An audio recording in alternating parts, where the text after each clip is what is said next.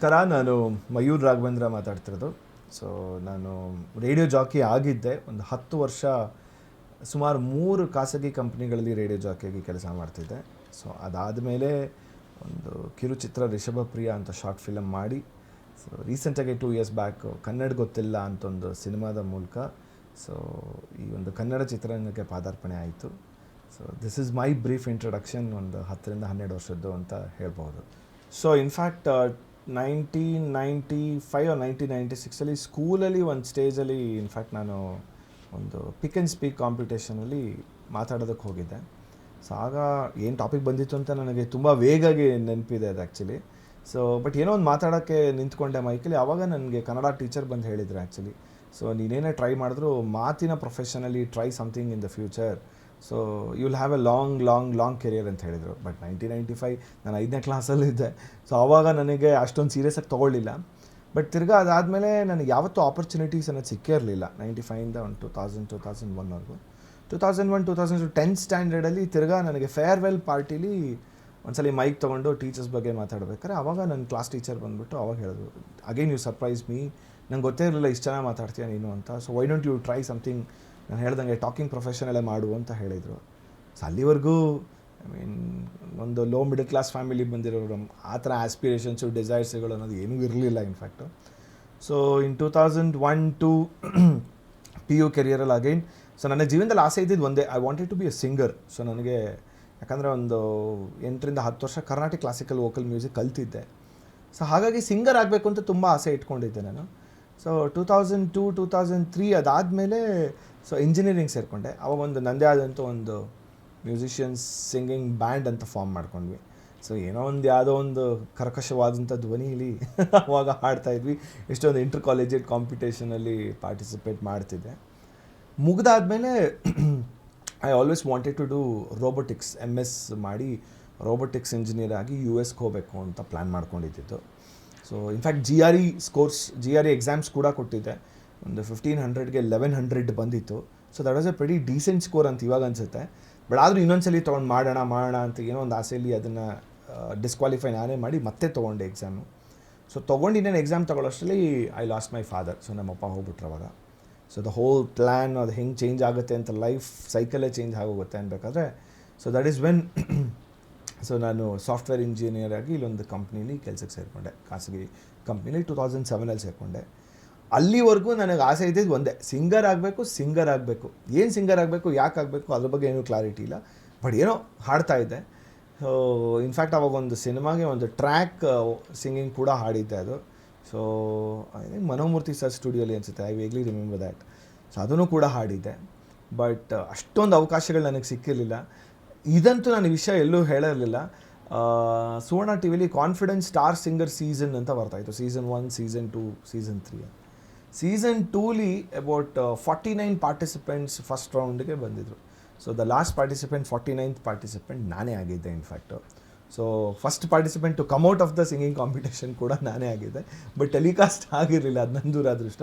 But ನನ್ನ ಅದೃಷ್ಟ ಅಂತೂ ನಾನು ಅನ್ಕೊತೀನಿ ಇವಾಗ ಆ್ಯಕ್ಚುಲಿ. ಸೊ ಇದಾದಮೇಲೆ 2007-2008 ಸಾಫ್ಟ್ವೇರ್ ಕಂಪ್ನಿಲಿ ಕೆಲಸ ಮಾಡ್ತಿದ್ದೆ. ಸೊ ಕೆಲಸ ಮಾಡ್ತಾ ಈ 2007-2008 ಒನ್ ಆಫ್ ದ ಪೀಕ್ ರಿಸಿಷನ್ಸ್ ನಮ್ಮ ದೇಶ ನೋಡಿದಂಥದ್ದು. ಅಂದರೆ ಯಾರ್ಯಾರು ಹೊಸದಾಗಿ ಕೆಲಸ ಸೇರ್ಕೊಂಡಿದ್ರು ಸಾಫ್ಟ್ವೇರ್ ಇಂಜಿನಿಯರ್ಸಾಗಿ, ಫಸ್ಟ್ ಬ್ಯಾಚಲ್ಲೇ ಎಲ್ಲರೂ ಆಲ್ಮೋಸ್ಟ್ ಎಲ್ಲ ಕೆಲಸಗಳನ್ನ ಕಳ್ಕೊಂಬಿಟ್ರು. ಅದರಲ್ಲಿ ನನ್ನ ಕಂಪ್ನೀಲಿ 15 ಜನ ಫ್ರೆಷರ್ಸ್ ಇದ್ದಿದ್ದು. So out of the 15 members ನಾನು ಕೂಡ ಒಬ್ಬ ಆಗಿ ನಾನು ಕೂಡ ಕೆಲಸ ಕಳ್ಕೊಂಡೆ. 6 ತಿಂಗಳು ಮನೆಯಲ್ಲಿ ಆ್ಯಬ್ಸಲ್ಯೂಟ್ಲಿ ಏನೂ ಕೆಲಸ ಇರಲಿಲ್ಲ, ಏನು ಮಾಡಬೇಕು ಅಂತಲೂ ಗೊತ್ತಿರಲಿಲ್ಲ. ಸೊ ಆಯಿತು, ನನ್ನದೇ ಒಂದು ವಾಯ್ಸ್ ಸ್ಯಾಂಪಲಲ್ಲಿ ಆವಾಗ ನನ್ನ ಟೀಚರ್ ಹೇಳಿದ್ದ ಮಾತುಗಳ ಮೇಲ್ಕೆ ಹಾಕೋಕ್ಕೆ ಶುರು ಮಾಡಿದೆ, ಏನು ಹೇಳಿದ್ರು ಅಂತ. ಅಷ್ಟನ್ನು ಮೇಲ್ಕೆ ಹಾಕ್ತಾ ಕೊನೆಗೆ ಆಯಿತು, ವೈ ಡೋಂಟ್ ಐ ಟ್ರೈ, ಇದನ್ನು ಯಾಕೆ ಟ್ರೈ ಮಾಡಬಾರ್ದು ಅಂತ ಹೇಳಿ ನನ್ನದೇ ಆದಂಥ ಒಂದು ವಾಯ್ಸ್ ಸ್ಯಾಂಪಲ್ಸ್ನ ರೆಕಾರ್ಡ್ ಮಾಡಿ ಒಂದು CD ಅವಾಗ CD ಯುಗ ನನ್ನ ಫ್ರೆಂಡ್ ಸ್ಟುಡಿಯೋಲಿ ಹೋಗಿ ರೆಕಾರ್ಡ್ ಮಾಡಿ ಒಂದು 6ರಿಂದ 7 ಒಂದು ರೇಡಿಯೋ ಸ್ಟೇಷನ್ಸ್ಗಳಿಗೆ ಕೊರಿಯರ್ ಮಾಡಿದೆ. ಸೊ ಈ ರೇಡಿಯೋ ಸ್ಟೇಷನ್ಸ್ಗಳು ಕೊರಿಯರ್ ಮಾಡಿದ್ಮೇಲೆ ಸುಮಾರು ಎಷ್ಟು ಒಂದು 2-3 ತಿಂಗಳು ವೆಯ್ಟ್ ಮಾಡಿದೆ. ಎಲ್ಲಿದ್ದನೂ ರಿಪ್ಲೈ ಒಂದು ಕಡೆನೂ ಬರಲಿಲ್ಲ. ಯಾಕೆ ರಿಪ್ಲೈ ಬರಲ್ಲ ಅಂತ ನಾನು ವರ್ಕ್ ಮಾಡಿದ್ಮೇಲೆ ಗೊತ್ತಾಯಿತು ನನಗೆ. ಇನ್ಫ್ಯಾಕ್ಟ್ ಲೇಟರ್ ಯಾರೂ ನೋಡೋದು ಇಲ್ಲ ಆ CDsನ. ಸೊ ಬಟ್ ಆದರೂ ಏನೋ ಒಂದು ಕೆಟ್ಟ ಧೈರ್ಯ ಅಂತಾರಲ್ಲ, ರೇಡಿಯೋ ಜಾಕಿ ಆಗಬೇಕು ಅಥವಾ ಏನೋ ಒಂದು ಸಮಥಿಂಗ್ ಐ ವಾಂಟ್, ಆ ಟೈಮಲ್ಲಿ ಒಂದು ಕೆಲಸಕ್ಕೆ ಸೇರ್ಕೋಬೇಕು ಅಷ್ಟೇ ನನ್ನ ಮೈಂಡಲ್ಲಿ ಇದ್ದಿದ್ದು. ಸೊ ಒಂದು ಪ್ರ್ಯಾಂಕ್ ಪ್ಲೇ ಮಾಡಿದ್ದೆ. ಪ್ರ್ಯಾಂಕ್ ಅಂತಂದರೆ ಈ ಬಕ್ರಾ ಮಾಡ್ತಾರಲ್ಲ ಆ ಥರದ್ದು. ಸೊ ಏನು ಮಾಡಿದೆ, ಒನ್ ಆಫ್ ದ ರೇಡಿಯೋ ಸ್ಟೇಷನ್ಸ್ಗೆ ಕಾಲ್ ಮಾಡಿಬಿಟ್ಟು ಸೆಕ್ಯೂರಿಟಿಗೆ ಹಿಂದಿಲಿ ಮಾತಾಡಿದೆ. ನಿಮ್ಮ ಬಾಸ್ ನಂಬರ್ ನಂಗೆ ಮಿಸ್ ಆಗೋಗ್ಬಿಟ್ಟಿದೆ, ಪಾಪ ಅವ್ರಿಗೆ ಟ್ರೈ ಮಾಡ್ತಾ ಇದ್ದೀನಿ ತುಂಬ ದಿವಸದಿಂದ, ಸಿಗ್ತಿಲ್ಲ, ಅರ್ಜೆಂಟಾಗಿ ಹೇಳ್ತೀರಾ, ಯಾವುದೋ ಒಂದು ಡೀಲ್ ಮಾಡಬೇಕು, ಸೇಲ್ಸ್ ಡೀಲು ಅಂತಂದೆ. ಅವ್ನು ಪಾಪ ಅವ್ನ ನಂಬರ್ ಕೊಟ್ಟ. ಸೊ ಅದೇನು ನನ್ನ ಅದೃಷ್ಟಕ್ಕೆ ಸಿಗ್ತೇನೋ, ನಾನು ಸೀದಾ ಕಾಲ್ ಮಾಡಿದೆ ಲೇಡಿಗೆ, ಸೌಜನ್ಯ ಕಶ್ಯಪ್ ಅಂತ ನೇಮ್. ಸೊ ಐ ಸೈಡ್ ಈ ಥರ ನಾನು ಇಂಟ್ರೆಸ್ಟೆಡ್ ಇದ್ದೀನಿ ಬಂದು ಕೆಲಸಕ್ಕೆ, ಐ ವಾಂಟ್ ಅಪ್ಲೈ ಅಂತ. ಶಿ ಸೈಡ್ ಈಗ ನಾವು ಯಾವುದೂ ನೋಡ್ತಿಲ್ಲ, ಬಟ್ ಒಂದು ಕೆಲಸ ಮಾಡಿ ನಾನು ಅಸಿಸ್ಟೆಂಟಿಗೆ ಬಂದು ನೀವು ಮೀಟ್ ಮಾಡ್ಬೋದು ಅಂತಂದ್ಬಿಟ್ಟು ಹೇಳಿದ್ರು. I still remember Gandhi Jayanti October 2nd. So he side ಬಂದು ಮೀಟ್ ಮಾಡಿ ಅಂತ. ಸೊ ಆಯಿತು ಅಂತ ಹೋದೆ. So he saw the profile ಎಲ್ಲ ನೋಡಿದ್ರು. ಈ ಸೈಡ್ ತುಂಬ ನೀವು ಆ್ಯಕ್ಚುಲಿ ಓವರ್ ಕ್ವಾಲಿಫೈಡು, ನನಗೀಗ ಸದ್ಯಕ್ಕೆ ಒಂದು 3 months ಇಂಟರ್ನ್ಶಿಪ್ ಮಾತ್ರ ನಿಮ್ಗೆ ಕೊಡಬಲ್ಲೆ, ಸೊ ಆಮೇಲೆ ನೋಡೋಣ ಬೇಕಾದ್ರೆ ಅಂತಂದರು. ಸರಿ, ಮನೇಲಿ ಸುಮ್ಮನೆ ಕೂತ್ಕೊಳ್ಳೋದಕ್ಕಿಂತ 3 months ಇಂಟರ್ನ್ಶಿಪ್ ಸೇರ್ಕೊಳ್ಳೋಣ ಅಂತ ಬಂದು ಸೇರ್ಕೊತೀನಿ ಅಂತ ಹೇಳಿದೆ.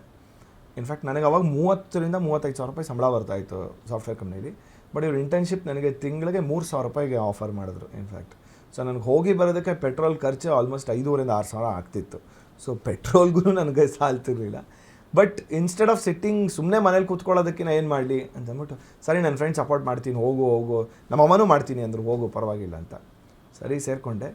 1.5 ತಿಂಗಳು ಆದಮೇಲೆ ಇಂಟರ್ನ್ಶಿಪ್ ಮಾಡ್ತಾ ಕನ್ನಡದಲ್ಲಿ, ಅದು ಕನ್ನಡ ರೇಡಿಯೋ ಸ್ಟೇಷನ್ ಆಗಿತ್ತು, ಒಂದು ಸಿನಿಮಾ ಬಿಡುಗಡೆಗೆ ಬಂತು. ಸೊ ಆ ಸಿನಿಮಾ ಹೆಸರೇ ಮಳೆಯಲ್ಲಿ ಜೊತೆಯಲ್ಲಿ ಅಂತ. ಸೊ ನಮ್ಮ ಗೋಲ್ಡನ್ ಸ್ಟಾರ್ ಗಣೇಶ್ ಅವರ ಒಂದು ಪ್ರೊಡಕ್ಷನಲ್ಲಿ ಬಂದಂಥ ಸಿನಿಮಾ, ಶಿಲ್ಪಾ ಗಣೇಶ್ ಅವರು ಪ್ರೊಡ್ಯೂಸ್ ಮಾಡಿದ್ದು. ಸೊ ಆ ಸಿನಿಮಾ ಬಿಡುಗಡೆ ಟೈಮಲ್ಲಿ ಸೊ ಆ ರೇಡಿಯೋ ಸ್ಟೇಷನ್ ಟೈಅಪ್ ಆಗಿತ್ತು. ಆವಾಗ ಒಂದು ಅವಕಾಶ ನನಗೆ ಕೊಟ್ಟರು. ಇನ್ಫ್ಯಾಕ್ಟ್ ಆ ಅವಕಾಶ ಏನು ಅಂತಂದರೆ, ಬೆಳಿಗ್ಗೆ 6 ಗಂಟೆಯಿಂದ ರಾತ್ರಿ ಒಂದು 9:30-10 ಗಂಟೆವರೆಗೂ ಗೋಲ್ಡನ್ ಸ್ಟಾರ್ ಗಣೇಶ್ ಅವರು ಒಂದು ದಿವಸದಲ್ಲಿ ಏನು ಮಾಡ್ತಾರೋ, ಅಂದರೆ ಫಸ್ಟ್ ಡೇ ರಿಲೀಸ್ಗೆ ಅದನ್ನು ಔಟ್ಡೋರ್ ಬ್ರಾಡ್ಕಾಸ್ಟ್ ನೀನು ಮಾಡಬೇಕಾಗತ್ತೆ. And if you do this job properly we will offer you a job ಅಂತ ಹೇಳಿದ್ರು, ಕೆಲಸ ಕೊಡ್ತೀವಿ ಅಂತ ಒಂದು ಆಫರ್ ಕೊಟ್ಟರು. ಅಯ್ಯೋ, ಅದು ಸಿಕ್ಕಿದ ಅವಕಾಶ ಕಣ್ಣು ಹೊತ್ಕೊಂಡು ಖಂಡಿತ ಮಾಡ್ತೀನಿ ಅಂತೇಳಿ ಬೆಳಗ್ಗೆ 6 ಗಂಟೆಗೆ I was right there, Ganesh sir house ಅವ್ರ ಮನೆ ಮುಂದೆ ಇದ್ದೆ. ಸ್ಟರ್ಲಿಂಗ್ ಟೆರೆಸಸಲ್ಲಿದ್ದರು ಇಲ್ಲಿ ಕಾಮಾಖ್ಯ ಹತ್ರ. ಸೊ ಬೆಳಗ್ಗೆ ಒಂದು 6:37 ಸೊ ಗಣೇಶ್ ಸರ್ ಎದ್ದಾದಮೇಲೆ ಅವ್ರದ್ದು ಡೈಲಿ ರೂಟೀನ್ಸ್ ಹೆಂಗಿರುತ್ತೆ, ಎವ್ರಿಥಿಂಗ್. ಸೊ ಅಲ್ಲಿಂದ ಫಸ್ಟು ನಾವು ನನ್ನ ಪ್ರಕಾರ ಐ ಥಿಂಕ್ ಸಂತೋಷ್ ಥಿಯೇಟ್ರಿಗೆ ಹೋದ್ವಿ. ಸಂತೋಷ್ ಥಿಯೇಟ್ರು, ನಾನು ಗಣೇಶ್ ಸರ್ ಇಬ್ಬರೇ ಕಾರಲ್ಲಿ. ಸೊ ಗಣೇಶ್ ಸರ್ ನನ್ನನ್ನು ಇಂಟರ್ನ್ ಅಂತ ಕರೆಯೋರು, ಅವಾಗಲೂ ನೆನಪಿದ್ದೆ, ಬಾಮ್ಮ ಇಂಟರ್ನ್ ಮಯೂರ್ ಅಂತಲೇ ಕರೆಯೋರು. ಸೊ ಕೂತ್ಕೊಂಡು ಗಣೇಶ್ ಸರ್ ಹೇಳ್ತಾಯಿದ್ರು, ನಾನು ಇಲ್ಲಿಂದ ಇಳ್ಕೊತೀನಿ, ತುಂಬ ಜನ ಇರ್ತಾರೆ, ನಿನ್ನ ಪಡಿ ನೀನು ಓಡೋಗ್ತಾ ಇರಬೇಕು, ಸೊ ಇವೆಲ್ಲ ನೋಡ್ಕೊಂಡು. ನನಗೆ first time experience cinema industry ಅಂದರೆ ಹೆಂಗಿರುತ್ತೆ ನೋಡೋದಕ್ಕೆ. ಬಿಕಾಸ್ ತೆರೆ ಮೇಲೆ ನೋಡಿದ್ದೀನಿ as stars. And Ganesh sir ಮುಂಗಾರು ಮಳೆ ಡೈ ಹಾರ್ಟ್ ಫ್ಯಾನ್ಗಳು ನಾವು ಅವಾಗ. ಸರಿ, ಮಳೆಯಲ್ಲಿ ಜೊತೆಯಲ್ಲಿ ಪೂರ್ತಿ ದಿವಸ ಆ ಒಂದು ದಿವಸದ ಏನಿತ್ತು ಜರ್ನಿ, ಇಟ್ ವಾಸ್ ಒಂಥರ ಅನ್ಫರ್ಗೆಟಬಲ್, ತುಂಬ memorable experience I can say that one. So ಪೂರ್ತಿ ರಾತ್ರಿ 9 ಗಂಟೆವರೆಗೂ ಕೆಲಸ ಮಾಡಿದೆ. ಸೊ ಕೆಲಸ ಮಾಡಿದ್ಮೇಲೆ ಗಣೇಶ್ ಸರ್ ಅವ್ರ ಮನೆಯಲ್ಲೇ ಕೂತು ಊಟ ಮಾಡಿ ಶಿಲ್ಪಾ ಮತ್ತು ಗಣೇಶ್ ಅವ್ರ ಜೊತೆ. So I came back home. So next day ಬಂದೆ ಆಫೀಸ್ಗೆ. ಸೊ ನನಗೆ ಅನ್ಎಕ್ಸ್ಪೆಕ್ಟೆಡಾಗಿ ಎಲ್ಲ ಒಂಥರ ಓವರ್ವೆಲ್ಮಿಂಗ್ ರೆಸ್ಪಾನ್ಸು ಎಲ್ಲ ಕೊಟ್ಟರು. So within a week so ನನಗೆ ಒಂದು ಕೆಲಸ ಆಫರ್ ಬಂತು. ಸೊ ರೇಡಿಯೋ ಪ್ರೊಫೆಷ್ನಲಿಗೆ ರೇಡಿಯೋ ಪ್ರೊಡ್ಯೂಸರ್ ಕೆಲಸ ಕೊಟ್ಟರು. ಸೊ ರೇಡಿಯೋ ಸ್ಟೇಷನ್ ಅಂತಂದರೆ ಬರೀ ರೇಡಿಯೋ ಜಾಕಿಗಳಲ್ಲ, ಹಲವಾರು ಪ್ರೊಫೆಷನ್ಸ್ ಡೆಸಿಗ್ನೇಷನ್ಸ್ಗಳಿರುತ್ತೆ.